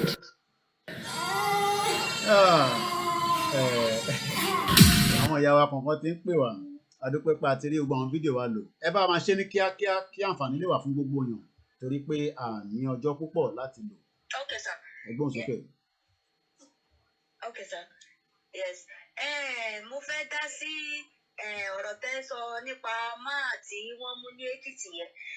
Nǹkan tí mo fẹ́ sọ ni pé ṣé tó bá jẹ́ pé ìlú tó ń wọ́ọ̀kì ni ẹni tí ó ṣe kọ̀ọ̀kan ẹ kàn déédéé mú lọ ọmọ kan tó ń ṣe ẹ déédéé àrẹ́sì èèyàn ìlú yìí ò wọ́ọ̀kì èmi kàn fẹ́ sọ fáwọn èèyàn ni àwọn ìyá tó lọ ń jókòó tẹ̀lé àwọn APC àti PDP àwọn politician àtàwọn olórí ta ní àwọn ní pọ́blẹ́mù ta ní because àwọn politician yìí wọn already pé ká kúrò nínú situation tá a wà torí pé àwọn ń gbádùn so àwọn Yorùbá wa àwọn èèyàn wa lèmi máa sọ fún wọn kọ́ jẹ́ ká jáde kúrò nínú Nàìjíríà torí Nàìjíríà ò wọ́ọ̀kì fún wa tí Nàìjíríà bá wọ́ọ̀kì ni kò sẹ́nibọ̀dì tó máa kúrò nínú Nàìjíríà tó máa sọ pé ò lọ sí ìlú mi lọ ṣiṣẹ́ so èmi fẹ́ sọ fún wọn kọ́ má lọ dìbò ní 2022 torí pé àwọn people yẹn tó bá máa fi next year wọ́n bẹ̀rẹ̀ sí ní kó oúnjẹ síta wọ́n ní wọ́n ṣọ̀nà nǹkan tí wọ́n ṣe láti àwọn mẹ́ni yẹn wọ́n ṣẹ̀ ní kó fẹ́ máa ṣe so àwọn èèyàn wa lè máa bá sọ̀rọ̀ o tó bá dẹ̀ wọ́n kọ́ lọ dìbò àwọn níyà wọn àwọn náà ń gbé bẹ̀ wọn ò níná tó embarrass wọn táwọn ọlọ́pàá mú wọn so nǹkan tí mo ní kí n dá sí nìyẹn. Ẹ ṣé gan ni ìyá wa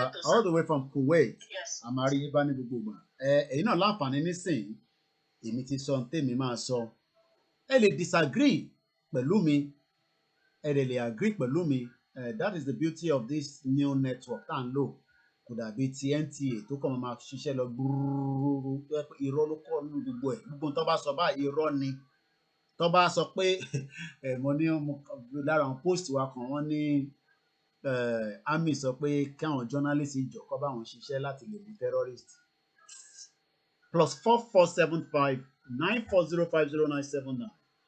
What is the title of the Prophet Tibetan's video? Ṣóṣì wà on ṣá. Okay, màá share sínú link nísìn. Only what I told God about John Sulaiman when he took down my video. My copy link yẹn nísìn, màá fi sínú platform. So ẹ̀yin tẹ́ ń gbọ́ wa, ẹ lè click ẹ lọ parí ẹ̀. Ibi tí mo fẹ́ lò lèmi ti lò ń bẹ̀. Oríṣiríṣi ọ̀rọ̀ ló kún nínú ẹ̀. But ibi tí mo fẹ́, mo rí ń bẹ̀ àfáwà Abdul-Jalili. Mo kí gbogbo àwọn ọmọ bàbá wa Chief Sunday Igboho, bẹ́ẹ̀ là ń kí gbogbo àwọn òṣìṣẹ́ wọn. Ẹ kú múlédúró. Bẹ́ẹ̀ ni mò ń kí Emir, bẹ́ẹ̀ ni mò ń kí Alhaji Ajikobi, mò ń kí gbogbo ẹ̀yin tẹ́ wà ní Ṣàgámù, mò ń kí àwọn ìyá wa obìnrin, ìyá wa Simi Kúkù, mò ń kí ìyá Jagun, bẹ́ẹ̀ ni mò ń kí gbogbo àwọn akíkanjú ọmọ káàárọ̀ òjíire ní Ifọ̀, ní Ṣàgámù, ní Kogi, ní Kwara, ní Oǹdó, ní Ọ̀yọ́, l'Ékòó, l'Ógùn State. Mo kí gbogbo ẹ̀yin ọmọ Yewa. Mo ń kí gbogbo wa lẹ́ẹ̀kọ̀ọ̀kan. Mo ò bẹ̀ ń pé mo nídi ambulance, mo ò dẹ̀ nídi emergency. Ariwo ìpọ̀. Hello. I'm gonna seize it. Màá gbà lọ́wọ́ ẹ o. Don't press it again. O mọ̀ pé tó bá ń ṣe bá àwọn tó wà Nàìjíríà wọ́n máa bínú torí tó bá ń gbọ́ fáyà báyìí wọ́n máa rò pé olówó kan ló ń kọjá lọ ni ọ̀dẹ̀ ní mọ̀ pé èyí tó máa ń paná ni. A ti post link yẹn fún ìfànà yìí tẹ́ bá fẹ́ wẹ́kọ̀ click lórí ẹ̀. Bẹ́ẹ̀ ni mò ń kí gbogbo àwọn bàbá wa Professor Banji Akintoye ọkùnṣẹ́ takuntakun. Ìyá wa bí ṣe sọ onítìrẹ wọ́n máa wà ní orí bàbá wa Ìjìnlẹ̀ Marcus ní alẹ́ yìí. Èmi náà máa farabalẹ̀ ni máa gbọ́ nǹkan tó fẹ́ sọ. Ẹ̀yin náà láǹfààní nísìn bẹ́ẹ̀ bá ní ọ̀rọ̀ méjì. Ọ̀dà àpò àbúrò mi máa ti pè mí kẹ́ Felix. Àwọn ti ìlú lọ́hùn nìyẹn. Ilé ayé ó ti kọjá ẹ̀yin tí tí ìdá kankan mọ̀. Ẹ sì fẹ́ wà nínú one Nigeria. Àwọn oníkẹ́ má sí nínú one Nigeria, but àwa fẹ́ kúrò ní one Nigeria. It is not working. Ẹ já wá sí UK where there is a call coming through at the moment. Mo ń bọ̀ lọ́dọ̀ ẹ̀ padà Felix. Call kan ti wọlé before you again. Hello, ẹ gbóhùn sókè. Hello. Ẹ káàbọ̀ sórí ètò. Ẹ kálẹ́ mọ̀. Ẹ má bínú. Kí ni fídíò àtàbí kọ̀mọ́tì tí bàbá wa kan nílẹ̀ Yorùbá tó tàbí òun bàbá tó máa ń sọ̀rọ̀ wọ́lọ́wọ́ bọ̀. Ẹ̀fẹ̀ kọ̀ọ̀kan. Ṣé ẹ rí fídíò yìí? Ok, àfi tí bá ṣe tẹ́kẹ̀ mọ̀ nígbà tẹ́ sẹ́ndẹ̀. No, mo ṣẹ̀jẹ̀ ti yẹ̀wò lórí the other phone tó máa ń bá yín sọ̀rọ̀. Ok. Èmi ni mo sẹ́ndì pé mo ní di code. You will damage that vehicle. Mo ń gbọ́ yín. Ok. Mo tún sẹ́ndì voice message sí nílànà pé mo ní di code pé tó mo fi download app. Ok, gbogbo àná la máa rí code yẹn gbọ́. Ok. So bàbá yẹn, ó dà sí. Don't put it again on it. Put it on the floor. Ẹ bá wo kiri yẹn, ó dà sí bàbá yẹn àwọn ọ̀rọ̀ kan tó lè fún àwọn warriors wa. Ok, alright, máa go through it. Alright, máa go through it. Bẹ́ẹ̀ kí ni nǹkan ti ìgbésẹ̀ ọ̀la máa ṣe, kí ni ìrànlọ́wọ́ tá a fẹ́ ṣe fáwọn warriors ẹ̀sìn tó máa fi àwọn ọmọ wọn bóyá kíkọ́ Tàbá tí ń sọ yẹn ká direct yẹn sí àwọn tó jẹ́ headquarters YSM Global Directorate Media làwà. Okay, so how do I get their number then? Àwọn tó bá ta bá máa fún ní nọ́mbà, and hopefully in the new year we start calling them, to come and give us ní November. Ẹ rántí ibi tá fọ̀rọ̀ sí, mo sọ pé a fẹ́ raise owó but a raise owó mọ́ anybody nísìnyí kọ́ lọ bá wa wá gbogbo àwọn tó máa fún wa ní materials. So ẹlòmíì tí ò bá rí material tó bá ní opportunity ṣé rí nǹkan tó ní máa ń ṣe ọ̀nà pé ẹni tá a bá wò pé owó ní tí ó ṣe bá ń ṣàwò àríwẹ̀ ìgbà àti ìrẹ́gílá jùlọ. So a lot of things tó máa ṣẹlẹ̀ ká complain pé àìsàn wà. I hope YSM tó jẹ́ according to what I'm hearing is gonna be like the movement portal. Gbogbo group ló wà lábẹ́ wọn. So anybody tá a bá ti kọ get number àwọn tí ẹ lè máa pè. Bẹ́ẹ̀ bá ti ń pè wá, a máa fún ní nọ́mbà yẹn, and hopefully they will come up with one account and they give it to us. We don't have any problem to promote those accounts as long as everybody agree with it, and then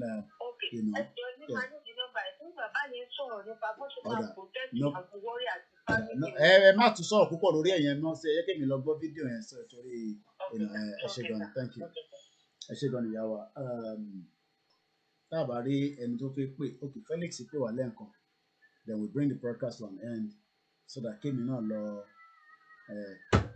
ká lọ ṣe the needful bó ti yẹ yín bẹ́ẹ̀ yẹn gbogbo ẹ̀ tẹ́ ń béèrè kóòdù rìfárà fún pàjáwìrì. Let me even just play the video for us. Gbóhùn sókè kí á ń gbọ́ ẹ̀. Okay sir. Tí kìí tiẹ̀ fẹ́ sọ̀rọ̀ lórí ni pé àwọn ọ̀dà pé àwọn ọba wa kékeré bí àwọn òǹgbẹ́ níbọ̀dì wọn mo fi like bí àwọn sọ̀rọ̀ nípa níbọ̀dì. Mo rí pé àwọn politician yẹn ti ń penetrate síbẹ̀ yẹn náà.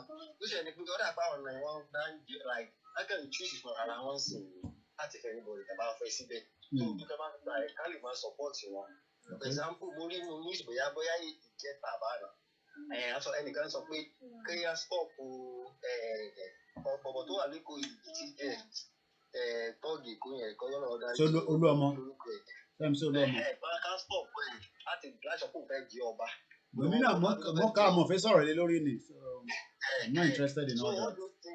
We are actually gbọ́dọ̀ like invited gbọ́dọ̀ lọ lọ́tà láti lọ penetrate gbogbo ibẹ̀ yẹn ayé burúkú dáhùn bẹ olóṣèlú yẹn jìkẹ́ wọn ọ̀hún dùn mọ́ wọn lẹ́nu àti ìgbẹ́ kó lọ tó tí mo sábẹ̀ contribute yẹn sọ. Ẹ ṣe gan ni èmi náà ti rí story yẹn pé MC Olúọmọ fi jẹ ọba lẹ́kọ̀ọ́ something but I'm sure pé ọ̀rẹ́ mi Oṣòdì Abíọ́dún òun abámi dá lóhùn ìtawà gbé dání Yorùbá nation no going back. Aki gbogbo alẹ́ nǹkan sí we have a new call on the line. Ẹgbọ́n sókè. Àwa ni ẹ sà. Mo ní nǹkan tí mo fẹ́ sọ mo ní mo sì máa padà bá yín sọ̀rọ̀ àwọn ọ̀rọ̀ kan wà tí mo fẹ́ fún yín lẹ́yìn. À ń gbọ́ yín ẹ gbọ́ ẹ̀. Yes sir. Mo ní àwọn information kan tí mo fẹ́ fún yín. Èyí tẹ́ fẹ́ sọ ní bíbá ni kẹ́ sọ̀rọ̀ lé lórí ẹ má wọrí nípa ìdá máa sọ lẹ́yìn. Okay sir. Ṣé ń gbọ́ mi sir? À ń gbọ́ yín gbogbo àlà ń gbọ́ yín kò ṣe mí nìkan ẹ gbọ́ ẹ sà. Ẹ kú iṣẹ́ náà sir. Iṣẹ́ gidi lẹ́ ń ṣe o Ọlọ́run bá a dúró tì í. Àmín Ọlọ́run. Ẹ lè bílíìfù pé àwọn èèyàn kan wà tó jẹ́ pé ọba ti pọ̀ jù. Ó pọ̀ gan tó jẹ́ pé ẹlòmíì ò mọ ìtumọ̀ tó ń jẹ́ visa free. Nígbà tí wọ́n rí tí wọ́n jáde rí. Ọlọ́run bá a dúró tì í ẹ̀gbọ́n ẹ̀gbọ́n mi. Àmín ẹ ṣe gan ni. Ọlọ́run bá a tún bàbá wa sílẹ̀ láìpẹ́ láìjẹ́. I'm coming. Èyí tí ó kù lẹ́yìn ẹ jẹ́ ká sọ yẹn lẹ́yìn ètò. Tàbá ti ráyè sọ ẹ ṣe gan náà lọ. Ẹ ṣe gan ok ó dà pé call kan +39 ṣé kò sí. What do you want? Okay, I'm coming and give it to you now. Ẹ bá ṣe ní kíákíá àwọn ọmọ yín ti ń complain níbí báyìí ká lè lọ ṣe dèní fún wọn. À ń gbọ́ yín sà. Afa Abdul Jalil Abdulrasheed ló sọ̀rọ̀. Ẹkú ètò náà sà. Àwa nìyẹn.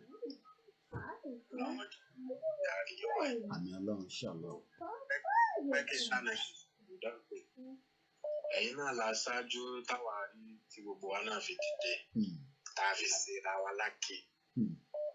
Tẹ́mi fẹ́ sọ fún gbogbo ọmọ Yorùbá pátápátá. Gbogbo ọmọ Yorùbá láì yọ ẹ̀ka kan lẹ̀. Alákọ̀ọ́kọ́ ni pé àsìkò yìí kìí ṣe àsìkò pé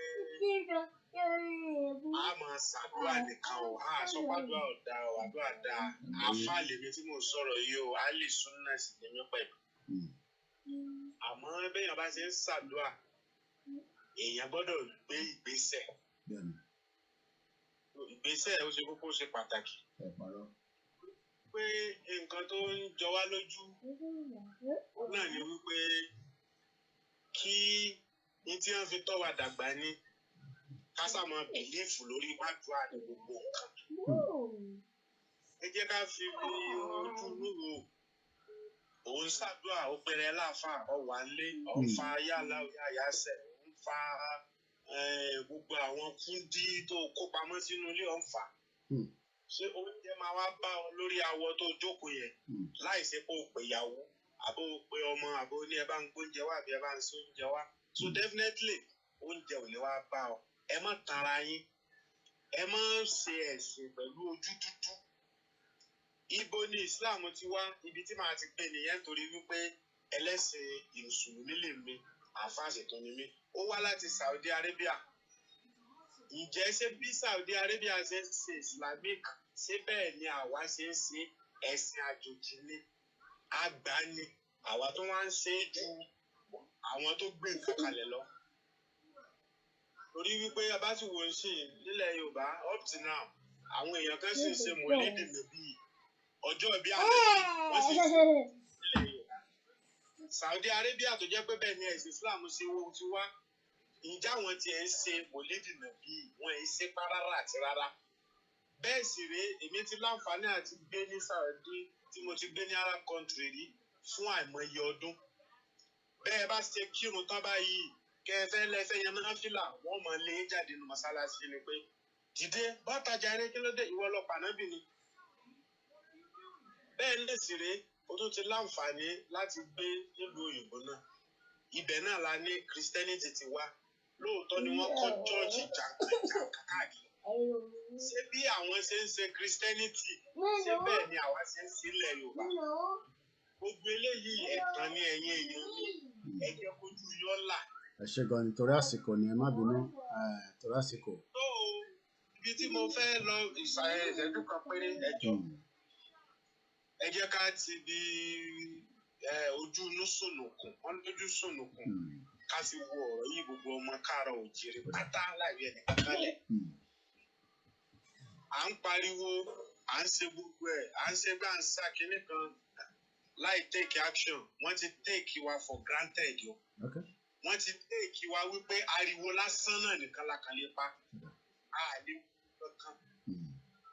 À ń sọ wípé ìyà ń jẹ ọmọ Yorùbá àwọn tẹ̀ẹ̀dẹ̀ ń fowó ra kẹ́sẹ̀ tí wọ́n tẹ̀ ń gbọ́ orin wọn ṣé bẹ́yìn náà rí nǹkan tí wọ́n fowó yín ṣe báyìí ara rẹ̀ náà ní Pàṣọ tó lọ ń dáwọ́ 1 million sí àkáǹtì Davido nítorí pé Davido ní pé all my friends don't just wish me happy birthday 1 million in my account báwa sí máa ju 1 million lẹ̀ láti ìgbà tá a ti bẹ̀rẹ̀ ṣọ́ọ̀bù Yorùbá first determination fundamental human rights èló ni Pàṣọ náà dá sí rí.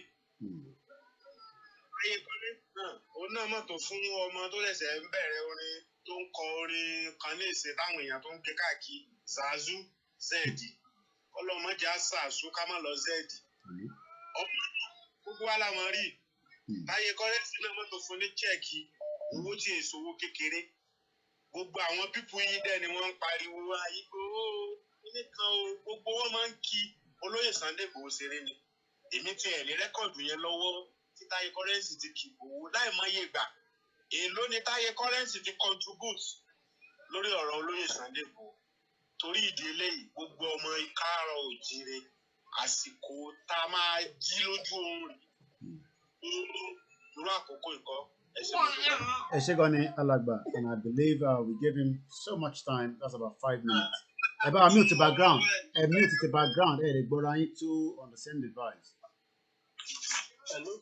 Ẹ káàbọ̀ sórí ètò.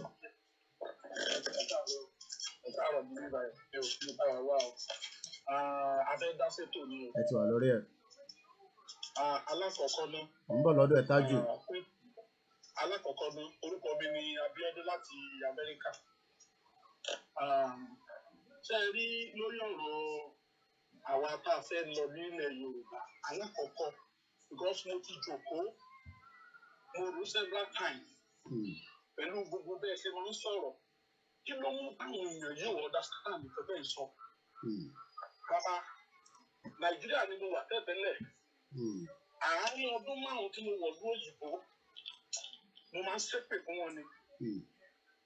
Tí n bá ń lọ lójú títì bá ń gbà míì tí bá rí wọ́n ṣe sí ojú títì tí bá rí gbogbo nǹkan tí wọ́n tájá bá ṣubú níbí báyìí ambulance máa wá gbé ọlọ́pàá máa wá ambulance máa wá panápaná máa wá ajá ni mo sọ fún yín tájà máa fún sílẹ̀ lẹ̀ ambulance máa bá ṣe. Nàìjíríà in fact nígbà tí mo wà Nàìjíríà kò sí ní ọ̀sẹ̀ kan tí mo jáde báyìí tí mi ìlú òkú tó ń rùn lójú títì àwọn èèyàn tó kú ìtàn gé lórí ìyẹn nílẹ̀ Yorùbá. Mo wá ń wò pé kí ló dé táwọn àwọn èèyàn wa tí wọ́n fi gbọ́ gbogbo nǹkan tó ń sọ yìí. Òun ṣojú lásán. Ó ti rún íńtánẹ́ẹ̀tì àbáta gbogbo nǹkan là ń gbọ́ gbogbo nǹkan là ń wò.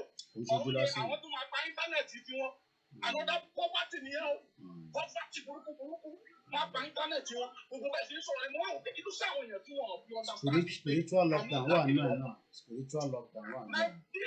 Nàìjíríà ò kì í ṣe ẹyọ kan we have never been bound from day one. Everybody knows that. Nàìjíríà nìkan ni wọ́n ti kó èdè mẹ́ta pọ̀ lágbàáyé tó lù wọ́n pọ̀ but from different culture different people different attitude different human being entirely Nàìjíríà nìkan ló ti ṣe ń kúrẹ̀ kò sí ìlú yìí tó wà but àwọn èèyàn mi ìmọ̀ bí bí ẹlòmíì fẹ́ jìyà fún mi bí ẹlòmíì nígbà tí mo dé lu àárín ọdún méjì tí mo dé lu yìí ni mo ti ń ra mọ́tò tó jẹ́ the same ọdún yẹn bí ìmọ̀ anybody ní ó ní láti lọ mínísítà nínú yìí mo ti bá sínétọ̀ wa sọ̀rọ̀ lórí fóònù ní ìdẹ̀ ẹgbẹ́ kì í ṣe pé kò mọ̀ anything tàbí ọ̀tí lọ́dún níbi tá a ti wá yẹn gbogbo nǹkan láyé yìí ló bí ní àwọn èèyàn lára èmi mọ̀ àdúrà tèmi nígbà kò sí lọ́gbọ́n tó fẹ́ẹ́ dá Nàìjíríà Yorùbá máa lọ Yorùbá máa lọ òjijì ọ̀gbọ́n tó fẹ́ẹ́ dá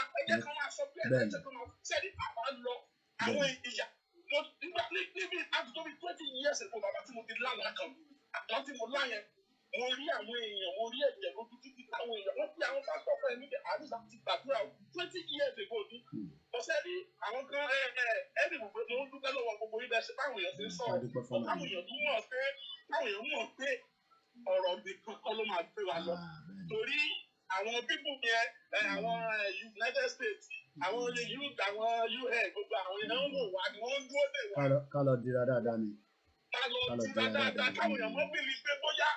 Ká padà mo ti sọ ní so many times kó ló ká padà lọ ságbolé wa ká lọ dira dáadáa.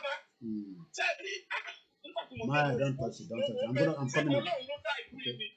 Nígbà tó jẹ́ pé àkílà wà sí tálásẹ̀ tálásẹ̀ ní ìwúlẹ̀. Ẹ ṣe gan ni. Àmín lágbára Ọlọ́run. Àmín ẹ ṣe gan ni. Gbogbo ẹnikẹ́ni tó bá gbé ọ̀tà tó lọ́n fẹ́ ṣe tàkùn ní ìkànnì àkọọ́lẹ̀ abájírí ẹ̀ abáyàwó ẹ̀ lágbára Ọlọ́run. Ẹ ṣe gan ni. Thank you very much.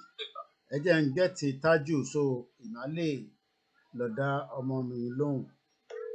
Tájù ya sáré gbé kọ́ọ̀lù yẹn so that kí wọ́n lè at least by the time tí wọ́n máa fi sọ̀rọ̀ tán àti bá ṣe mo sì lórí ìjókòó so tó bá ń sọ̀rọ̀ mo gbọ́ ẹ so gbogbo ahead àwọn èèyàn ń gbọ́ ẹ. Thank you my brother compliment of the season. Same here. Ọdún àkúyè jẹ ojú wa máa rọjú ṣe ti rí àwọn ọmọ Yorùbá a ní iṣẹ́ tó pọ̀ láti ṣe ìdí ní pé láti ní iṣẹ́ tó pọ̀ láti ṣe ni pé àwọn ti fi ìbẹ̀rù pẹ́pẹ́ lọ́ ti fi sínú ayé wa. Yorùbá òun ni ìran kan tó ìbẹ̀rù tí wà náà ayé wa wọ́n ti gbé ìbẹ̀rù sí wa lọ́kàn a lè dá àkọ́kọ́ ṣe tábàdé ti ń dá àkọ́kọ́ ṣe a máa kó báwọn tó ń bọ̀ lẹ́yìn because bá fẹ́ pariwo Yorùbá nation tó bá ṣọ́ọ̀tì movement ẹ̀ down pẹ́ẹ́rẹ́ àwọn tó ń bọ̀ lẹ́yìn ìyá ẹ̀ máa jẹ ìyá ẹ̀ lè ní jẹ wọ́n kékeré ìyá ẹ̀ máa jẹ wọ́n gan-an because wọ́n máa seize many things tọ́tẹ̀ tí seize nísìnyí wọ́n máa seize ẹ̀ so bàbá ní afẹ́ kan ṣe fúnra wa ní gbọ́dọ̀ ti dé gbogbo máa gan tó sọ̀rọ̀ tán wọ́n náà fà láwọn a lè máa gbàdúrà ká wá máa fi gbogbo nǹkan tá à ń pè ká fi sórí àdúrà nìkan a máa gbàdúrà a máa ṣe òkè. àfa yín a máa jà ní o bí ẹ ò gbọ́ bí táfà yín ti sọ bẹ́ẹ̀ o. a máa ṣe òkè àwọn tó wà Nàìjíríà tó máa ń gbéra wọn ní wọ́ọ́rìọ̀ ọdún gbé bàbá ṣẹ́tí dá àwọn Yorùbá àti ìṣe làákàyè tó ní máa sọ mo ṣe yé mi sí ṣe máa sọ̀rọ̀ mi ò lè bẹ̀rù anybody lẹ́yìn ikú kò sí nǹkan mọ́ so kò sẹ́ tó máa jẹ́ tí nínú àmà àpárí tí bá ti gbé ìṣe ìdí lọ́la ni so ibi tó rẹ̀ ti dé àwọn tó wà Nàìjíríà tó máa ń gbéra wọn ní wọ́ọ́rìọ̀ tó tó di bọ́ọ̀lù bàbá ó yẹ kí pé a ti rí àpẹẹrẹ wọ́n ní ọ̀wà àti gbàdúrà gbàdúrà láti ọjọ́ yìí. Ìsìn níbi tọ́rọ̀ ti dé yìí sìn, ó yẹ kí ẹni tí ò jẹ kó ti máa rà ń bẹ̀. A ní láti máa parọ́ fúnra wa. Sunday Igboho ti wà ń bẹ̀rẹ̀ sí over 5 months, going to 6 months, ó ti ṣe Christmas kọjá bẹ̀. Ní iye ọ̀rọ̀ tó là, ó tún máa ṣe ní iye bẹ̀. So, a lè ń gbọ́ fìrìfìrì pé òkè, wọ́n fẹ́ pamọ́ bẹ̀, bàbá Ọbásanjọ́ lọ síbẹ̀. Tẹ́lẹ̀ bàbá Ọbásanjọ́ wá jẹ́ èèyàn gidi tó jẹ́ àgbáre nílẹ̀ Yorùbá ni. Ó yẹ kó lọ síbẹ̀ kó kọ́ tú ọmọ rẹ̀ sílẹ̀ lọ. Ṣùgbọ́n a ti fojú wa rí pé àwọn ilé wọn kì í ṣe àgbáre nílẹ̀ Yorùbá. Àwọn ọ̀dọ́ ọ̀sìn, àwọn aníṣẹ́ wà lọ́wọ́ wa gidi. A ní láti ṣe kí ni láti ojú ìjà bu àwọn pípì yìí. A ní láti ojú ìjà bu àwọn pípì yìí. Káàbà kọjú ìjà sáwọn pípì yìí, wọ́n máa mú wa as a fool. And once they do that election in 2023, they will surrender everybody under their power. Tẹ́pẹ́lí ọwọ́ tí tọ́ba sọ̀rọ̀ Yorùbá nation gan, ẹni tó bá dá ọ̀rọ̀ Yorùbá nation sílẹ̀, wọ́n á ní kọ́ lọ bí. Wọ́n máa jẹ́lẹ̀ pátápátá ni. Wọ́n máa ní kọ́ lọ bí òun ọgbẹ́ òun ẹbí ẹ̀ ni. Tàbá ti fẹ́ òní sí i, ó máa ní ripple effect. Àwọn tó bá ń gbọ́ tó máa sọ pé ẹ̀yin máa sọ̀rọ̀ ojú, ó dàbí pé ìṣí èrè ṣá. Ẹ̀yin ṣí èrè gidi because tẹ́lá sọ̀rọ̀ freedom, kò sẹ́ni máa fún ẹ ní freedom lẹ́gbẹ̀ẹ́ òun akọ́ṣẹ́ lọ́dọ̀ rẹ̀, ó yá gbà fún wọn lọ́dọ̀ ara ẹ̀, ó máa bọ́ ga ìjà tó tó fún ẹ láyé freedom ni. Àwọn tó dẹ̀ wá Nàìjíríà, wọ́n máa sọ pé poverty ẹ wá ebi ló máa pa mọ́lọ́mọ́lọ́ kú, ebi ló máa pa yín kú, tẹ́ẹ̀ bá ti tẹ̀yìn lẹ́yìn olóṣèlú. Ìyá lẹ́fẹ̀ẹ́ kú sínú ẹ̀yẹn, ẹ máa kú sínú ẹ máa lébọ̀ ara yín pẹ̀lú ìyá yẹn, àwọn ọmọ yẹn tún máa ń da kúrò ní ìyá yẹn lọ. Because ibi tọ́rọ̀ yìí ti dé, àwa Yorùbá àṣẹ làkàyè wọ́n sọ fún wa pé Nigeria expire in 2014, 100 years amalgamation already expire. Ó ti di 107 nísìn. 107 years. When you tell them that, oh, your shift is end up by 4 o'clock. Once it's 4 o'clock, you go some question to carry. Oh, there's some control. When there's some Nigeria expire the 100 years of amalgamation. Joining this all ethnic group together. It's 100 years of contract. When it's expire, you people have the right. I'm not being Nigerian anymore. I want to be this all. I want to go to Nigeria. Ìyàtọ̀ tí ì jẹ wọn. Ẹ máa sọ pé àwọn ebi ló máa pa mọ́nàmọ́ná kú, màá tún bíbí tiẹ̀. Ìlú òyìnbó tó wà tó bá ṣiṣẹ́, ebi ló máa pa aláya ẹ̀kú àti di homeless. Nílùú òyìnbó tó wà. Fún ìjẹ́ wà Nàìjíríà bẹ̀rẹ̀ sí, ẹ wá sọ pé bí payín. Tó tó gbé bàbá yìí, àwọn Yorùbá yìí ti ṣe làkàyè o. Tó tó gbé ṣìfù yìí, lẹ́sìn máa ń pariwo pé wọ́ọ̀rọ̀ ní. Ìsìn ẹjẹ́ wọ́ọ̀rọ̀ wọ́n ti gbé bàbá yìí sí, wọ́n ti wà bẹ̀rẹ̀ sí, òun yóò rọ ìrètí tó ti wà láti mọ́lé, ó ti lọ bí ìfikẹ́ fàmà yìí sí. Tí ìṣòlẹ̀ ọ̀dẹ ọ̀fẹ́fẹ́, súnlẹ̀ bàbá àgbàyà ọ̀kọ́là tó ní wọn ọba Ìbàdàn, ọ̀kẹ́rẹ́ gbórúkọ ẹ̀, Rashidi àbíkẹ́rẹ́ gbórúkọ bàbá Ìbàdàn kí ló ní ọ̀fẹ́ gbórúkọ ẹ̀ bọ̀ bí ẹ̀yin ọba lọ́nà ọ̀dọ̀ kí lè jọba lébi lórí, àwọn tó jọba lébi lórí lọ́wọ́ pàdé tó pàjá, àwọn tó jọba lébi lórí lọ́wọ́ fún àgbàdà bọ́ọ̀ nínú ìdíjẹ́. Ṣùgbọ́n àwọn tó jọba lé lórí ara ò tí ì ní wọn torí tá a bá ní wọn wọn máa kọlẹ̀ mú ibẹ̀ wá omi tó wà ní ilé yìí àánú fẹ́ mú inú ẹ̀. Ó ń bọ̀ díẹ̀díẹ̀ ni. Ó ń bọ̀ díẹ̀díẹ̀ ìjọ ló fẹ́ bọ̀ díẹ̀díẹ̀ ìjọ ló fẹ́ bọ̀ díẹ̀díẹ̀ ìjọ wo ni Amẹ́ríkà ò ní bá wa dá sí i. Amẹ́ríkà ni. It's not their business. UK ò ní bá wa dá sí i. It's not only ìgbà tó bá dígbà ti dà sílẹ̀. Lọ́mọ wa. Wọ́n á ní òkè tí ká bá yín ṣàjọ.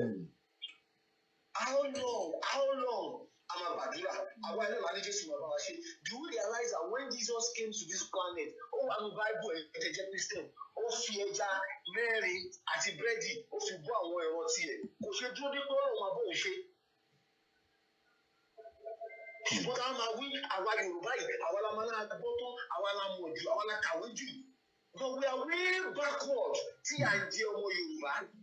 Ẹ tó kàwé sí, àwọn tó graduate lọ́dún yìí sí, kò sí iṣẹ́ fún wọn. Ẹ tó graduate 10 years ago gan tí ì ríṣẹ́. Àwọn kan ti graduate lọ́dún yìí sí, wọ́n bẹ̀rẹ̀ tẹ graduate last year lé. Àwọn tó máa graduate à ń sọ fún àwọn youth wọn fẹ́ wà involve inú mi ń ṣe wọ́n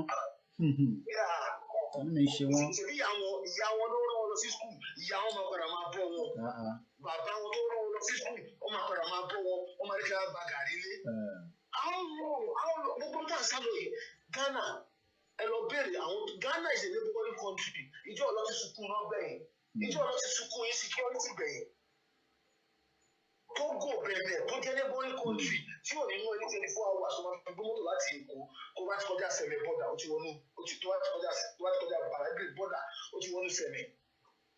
Iná wà ń bẹ̀ tún fọ̀. They are working like earning a little money. They are not one do local government kan ní Èkó and their life is more better.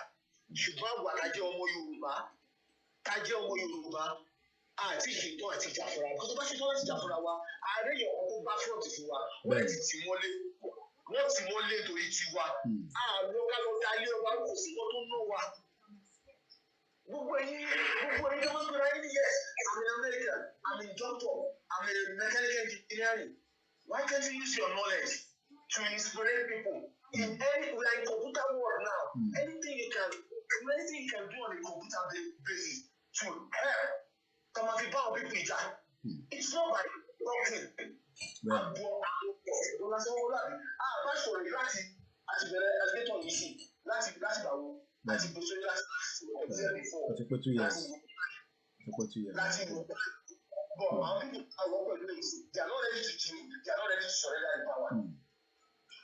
Ọ̀fìfì power lẹ̀ power yẹn sweet gan.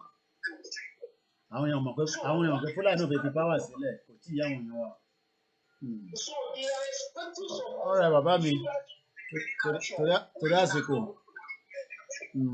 all right Mr. Tajo ó dẹ̀ tọ́jọ́ mẹ́ta á ti sọ̀rọ̀ gan sir thanks very much for the love and the support I appreciate you all the time thank you very much I'll sọ̀rọ̀ later lágbára Ọlọ́run all right then one love all right amen thank you ẹni tó bá rántí Mr. Tajo nígbà tí wọ́n ń ṣe UN kìíní yẹn tó lé àwọn ambassador àbí àwọn representative Nigerian kìíní I'm only going to take 2 more calls one from South Africa and one in Germany and then we have to end the program just before 5 so I need just 1 minute ẹ má bínú pé màá láti push you because èmi náà ní láti lọ ní since about just 3 hours on the program go ahead.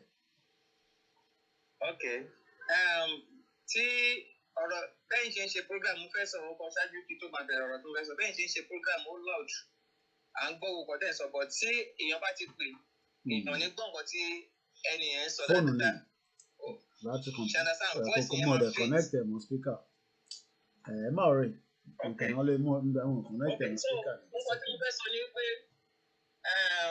àwọn politicians in Nigeria wọ́n ti deceive àwọn Nigerians gan tipẹ́tipẹ́ àtàwọn elite tó wà ní Nigeria ó dà pé mentality yẹn òun ni àwọn Nigerians ṣì ń ní òun ló ṣe ń affect wọn dè ní tó ń ṣe believe tó ń ṣe mọ anything nípa nǹkan tó ń pè ní freedom because it's like pé wọn mọ nǹkan tó ń pè ní freedom pé kéèyàn gba òmìnira kéèyàn kúrò ní oko ẹrú kò yé wọn dáadáa òye yẹn ò tí ì yé wọn kò tí sound sí ọpọlọ wọn ọkọ ń gbọ́ sétí kò sound sí ọpọlọ wọn ṣe é dáadáa èèyàn tó bá ti kúrò ní Nàìjíríà á mọ̀ wípé Nàìjíríà kì í ṣe ìlú that is number 1 thing tí mo fẹ́ káwọn èèyàn mọ̀ anybody tó bá kúrò Nàìjíríà á mọ̀ pé Nàìjíríà kì í ṣe ìlú àwọn politicians yín tó ń tàn wọ́n mọ̀ pé Nàìjíríà kì í ṣe ìlú that is why tí àwọn politicians wọn tó ń tàn wọ́n yẹn tí wọ́n ṣe believe nínú health care system Nàìjíríà wọ́n believe nínú health care system Nàìjíríà o abroad ní gbogbo wọn ti ń gba medication o wọ́n ti ń gba treatment o wọ́n dẹ̀ pẹ̀lú àwọn ní politician wọ́n pẹ̀lú àwọn ní governor wọ́n pẹ̀lú àwọn ní ọba wọ́n pẹ̀lú àwọn ní leaders but wọ́n lọ sí abroad wọ́n lọ sí hospital abroad tó bá sick tó rí bá fọ́ wọn tí àwọn ọmọ wọn ò sí Nàìjíríà o wọn believe nínú education Nàìjíríà o gbogbo àwọn ọmọ wọn wà ní abroad because reason ni pé school tó wà ní abroad wọ́n mọ̀ pé ó dáa ó wà standard ju ti Nàìjíríà lọ hospital tó wà ní abroad ó wà standard ju ti Nàìjíríà lọ àwọn òdèrèdà ti ṣe wọn òdèrèdà ti tún nǹkan kan ṣe àfi kó ṣáà máa bàjẹ́ kí àpò tiwọn kó ṣáà máa kún wọ́n dẹ̀ ń tún àwọn èèyàn pé wọ́n Nàìjíríà àwọn èèyàn náà dẹ̀ ń believe wọn imagine kí mínísítà lásán kó máa rìn títí kó máa fọn siren kí local government chairman kó máa lọ títí kó máa fọn siren ṣé ìlú nìyẹn àwọn tó fẹ́ pé wọn lè jáde without security wọ́n dẹ̀ sọ fáwọn èèyàn pé wọ́n ní Nàìjíríà àwọn èèyàn dẹ̀ lọ sọ àwọn èèyàn bá ìwé kọjá àwọn èèyàn kú lójoojúmọ́ wọ́n kidnap àwọn èèyàn lójúmọ́ wọ́n padà sọ̀rọ̀ lórí àwọn èèyàn lójúmọ́ wọ́n dẹ̀ ń pariwo wọ́n Nàìjíríà wọ́n dẹ̀ fúlù àwọn èèyàn náà dẹ̀ fúlù ara wọn especially àwa àwọn tó ń jẹ́ Yorùbá tó jẹ́ Yorùbá ara wa àwọn tó wà lẹ́kọ̀ọ́ àwọn tó wà ní Ìbàdàn tó wà ní Abẹ́òkúta wọ́n sì bí pé wọ́n Nàìjíríà máa ìlú tó yẹ pé kò sí iná for 24 hours ní gbogbo àgbáyé ìlú tó develop iná wà ń bẹ̀ kò sí pé ipò wọn náà lọ àfi tí o bá ra náà sórí mítà ẹ̀. So Nàìjíríà kì í ṣe ìlú ẹ̀yin èèyàn wọ́n bẹ̀ yín torí Ọlọ́run Nàìjíríà kì í ṣe ìlú ẹ sọ jí ẹ jẹ́ kí ọpọlọ yín ṣiṣẹ́ inú oko inú jọ́ǹbù lẹ́wà inú ìyà lẹ́wà Nàìjíríà ò ní kankan láti ọ́fà yín ìjọba nation kan ní ọ̀nà àbáyọ fún wa gbogbo resources wa Fúlàní ló ń control ẹ̀ àwọn tó ń jẹ́ Yorùbá tó ń jẹ́ olórí wa abẹ́ Fúlàní ni gbogbo wọn wà Fúlàní ló ń pàṣẹ fún wọn. So ẹ jọ̀ọ́ ẹ̀yin èèyàn mo bẹ̀ yín ni o. Thank you very much. Torí àsìkò ni and I'm gonna take the last caller eti lominu now minute last caller gone from Germany and then we're gonna bring the broadcast to an end. Thank you very much everyone. Go ahead. Hello, mute the background. Go ahead. I need just 1 minute, please. Ẹ̀rẹ̀kú iṣẹ́ ìlú náà wà tó tì í ṣẹ́pẹ́ Mr. Koiki. You have done your best, Mr. Koiki. You have done your best. Ẹ lè ṣe ju ìtẹ̀ ṣe you understand. Ṣe bí ọ̀tẹ̀ máa ń rántí ní last year tẹ sọ̀rọ̀ kan pé àwọn wo ni wọ́n lè fúnrántí ara wọn kẹ̀yìn lọ sí Áfíríkà. Ẹni pé ọ̀dọ́ àwọn ọmọ ẹ̀ fúnrántí ara wọn kò fi kọ̀lẹ̀ àwọn olè tó fi kọ̀lẹ̀ àwọn olè tó kọ̀ yìí àwọn olè tó fi lọ́wọ́ sílẹ̀ ẹ tó ṣe ọmọ adé ẹ tó gbé ẹ lọ sí Nàìjíríà fúnra yín. Bàtà lọ sí Nàìjíríà náà a rí bí move ṣe fún arígbóye move pẹ̀lú bàbá àti fúnni bu arígbóye move arígbóye bí tẹ́ bẹ̀rẹ̀ sí bí tẹ́ mọ́wọ́ sí arígbóye move ní wọ́n bá. You understand? Ẹ ti bí wàá bẹ́ẹ̀ sí yìí o ṣòye àwọn tó wà nílé ẹ kọ́ máa kọ́ wà lórí stọ́ńbà wọn kọ́ máa sùn tó bá tó àsìkò fúnra gbọ́dọ̀ máa pè é pé kí ló máa ṣe o ẹ ti try best ìjẹ́ wa sáré mi ẹ lè jú bẹ́ẹ̀ lọ honestly máa stọ́ńbà máa rí yẹn máa rí lójú yín pé ẹ máa rí lójú but ẹ mọ̀ pé ẹ jẹ́ pé ẹ fẹ́ yín lẹ̀ for now ẹ fẹ́ fi media yín ẹ fi promote Yorùbá nation which means you try your best you understand me àwọn tó ń pè wọlé gan if possible ẹ máa gbà pọ̀ gbogbo fún ìwọ̀n ní sọ̀tà ẹ máa gbà pọ̀ but kọ́ tó wọlé gan àrí múgbà àrí ọ̀pọ̀ lórí ẹ̀ kò bá yẹ parọ́ pé kí ni action kí ni next thing akọ̀wé kọ̀ à ń ṣe gbogbo ẹ̀ ẹ̀yẹ ẹgbẹ́ náà máa promote à ń gbọ́ ọdún tó pọ̀ ẹ̀ máa gbà pọ̀ kọ́ tó wà important ẹ̀ gbà wọ́n lápò tó fẹ́ sọ ìtọ́wà ìsinmi pé máa gbà wọ́n I'm telling you you understand ẹ sọ́ndà ẹ pé ọ̀rọ̀ ẹ̀ kan sílẹ̀ káyọ̀ lọ sílẹ̀ ọkọ̀ nígbà yẹn ọ̀rọ̀ kan sílẹ̀ gbà yẹn ẹ tó ṣiṣẹ́ máa kẹ́ lọ sílé ọ̀pọ̀ náà ṣe náà ni òye Mr. Koiki Ọlọ́run àdó tí ìyẹn ti fún abẹ́ sí àbá ṣe fọ́lẹ̀ gbòòrò Ọlọ́run àjọ tó wà àwọn ọmọ pẹ́rọ àbá ìfẹ́ sáwọn ọmọ ayé fún Nàìjíríà orí omi láti gbà wọlé bíà ọ̀pọ̀ náà ìlú mi Yorùbá Yorùbá force oúnjẹ mi lọ́kàn you understand bàbá ṣiṣẹ́ ìgbòho ọmọ yẹn Ọlọ́run ayé ọjọ́ láti gbà Nàìjíríà ọkọ̀ tó parí pé ọ̀hún tó tì wọ́n lẹ́yìn lágbọ́dọ̀ ojú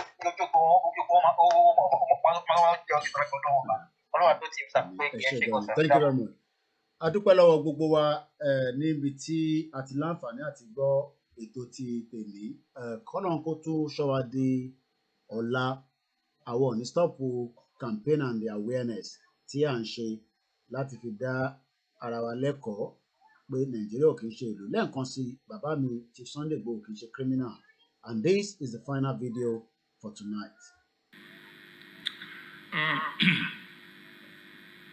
The first is the issue of the government role in one of the agitators, towards one of the agitators who is now both against Fulani tyranny, Fulani herdsmen, criminal conduct, and only by the way also agitating for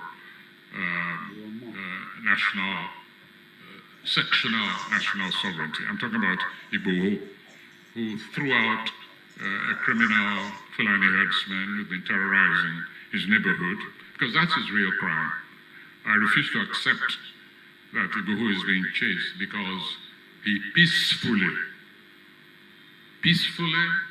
demonstrated his position vis-a-vis the destiny of this nation, which is a fundamental human right of anybody. So somebody calls for secession, calls for a separate state. I don't consider that, and nowhere is that to be declared a criminal act. That's one's vision of one's own society, full stop. As long as it's done peacefully, collectively, within the law, you do not now criminalize that action. And in addition, commit criminal acts against such an individual, which is what the government, the security services did by raiding Igboho's home in the middle of the night, 2 a.m., killing 2 of his own people, then claiming, without a warrant or anything, then claiming they found weapons in his home. Now, who's going to believe that cock and bull story? And this is an appeal actually to the Republic of Benin, to the government of the Republic of Benin. Why are you keeping this victim in your prisons? I mean, what's going on? What crime did he commit against your state that you are holding him in prison instead of just letting him continue his journey? Igboho has not committed any crime against any known law in this nation. And so to ask for his repatriation is just added insult to injury. You invaded the man's house, destroyed his property, chased him into the wilderness, and then you pursue him next door. So we're asking the government of the Republic of Benin to release this young man and let him go about his business, which was interrupted unjustly. Unjustly. Please rectify this error. Don't compound it any further by holding Sunday Igboho in prison one day longer. Well, adúpẹ́ lọ́wọ́ bàbá wa Professor Wọlé Ṣóyínká, kọ́lọ́n túbọ̀ jẹ́ ká rí bàbá pẹ́ dáadáa. Mo dúpẹ́ lọ́wọ́ gbogbo èèyàn olólùfẹ́ wa lọ́tún lósì tí ẹ darapọ̀ mọ́ wa, mo rí bẹ̀ yà wa list dáadáa. Gbogbo ẹni tẹ́ bá dárúkọ ẹ má fi ṣèbínú, gbogbo yín náà ni mò ń kí. Fídíò tí ó jẹ́ bí 10 seconds yìí òun ló ń bí àwọn politician nú pé tí ó bá ń lọ báyìí ó ṣeé ṣe pé aráàlú ò ní gbọ́ sáwọn lẹ́nu mọ́. Navy blue check. Jakamo. Jakamo. Jakamo. Jakamo. Jakamo. That's it. That's it. One that you are confused. The love is too much. The love is too much. The love is too much. The love is too much. Jakamo. Jakamo. Let's go. For the island of black. Navy blue check. Jakamo. Jakamo. Jakamo. Jakamo. Jakamo. That is the edict of the politicians. Okay, I'm coming. Thank you very much. Have a very good evening. Even Saudi Arabia have opened the door for tourists. They are now moving into the Western way of life because of their new life. Yes, and they're investing heavily in that as well. Tomorrow will be another day, 31st of the year. And different people have different calendars. So that's just for the Western world. China has a different calendar. Our Yoruba no, and the calendar tiwa. All this we will continue to use to educate ourselves. Thank you once again. Gbogbo ìyá wa tí ẹ farabalẹ̀ tí ẹ jókòó. Àwa tá à ń sọ náà àtẹ̀yìntẹ̀ ń gbọ́ iṣẹ́ kan náà ni gbogbo àjọ ń ṣe, and I appreciate every single one of us. Bye from this end. Ìran ọmọ Yorùbá ọlọ́pọlọ pípé ẹ jẹ́ ká lọ́pọlọ yẹn. Ibi tá a ti máa kúrò ní Nàìjíríà, àgbà tá a fi kúrò ó kù sọ́wọ́ èmi àti ìwọ. Bye for now. Bẹ́ẹ̀ni o, iwájú lójúkùn ń gbé. Òkè níjọ, òkè lẹ́yìn fún òkè. Ìran ọmọ Yorùbá ọlọ́pọlọ pípé. Ọ̀mọ̀wé ń bẹ, àgbẹ̀ ń bẹ, iṣẹ́ ọnà ń bẹ. kákónimọ́ra. Ìwà ọmọ Yorùbá ni. Kápọ́nilé káyẹ́ni sí. Ṣé ọmọ Yorùbá ni. Ká sọ̀rọ̀ tútù tó yọbi lápò. Ọmọ Yorùbá ló ní. Òwe ìbáwí. Ọmọ Yorùbá ló pa. Òwe ìkìlọ̀. Ọmọ Yorùbá ló pa. Òwe ìwúrí. Ọmọ Yorùbá ló pa. Bọ́rọ̀ bá sọnù. Òwe la fi wá. Àkàlò èdè ń kọ́. Ọmọ Yorùbá ló lò. Ibi gíga. Ibi gíga gíga lọmọ Yorùbá yóò máa lọ. Ibi gíga gíga lẹ́tí máa rọ́mọ Yorùbá. Ibi gíga gíga lẹ́tí máa rọ́mọ Odùduwà. Ẹ ò bèrè wá nílé ẹ̀jẹ̀, ẹ ò bèrè wá láyé ẹ̀jẹ̀. Ibi gíga lọmọ Yorùbá yóò máa lọ. Adéwálé fún wa ibi gíga dàǹkọ́jọ́ dàǹkọ́jọ́ dàǹkọ́jọ́ ibi gíga dàǹkóṣù. Bẹ́ẹ̀ ni o, iwájú iwájú.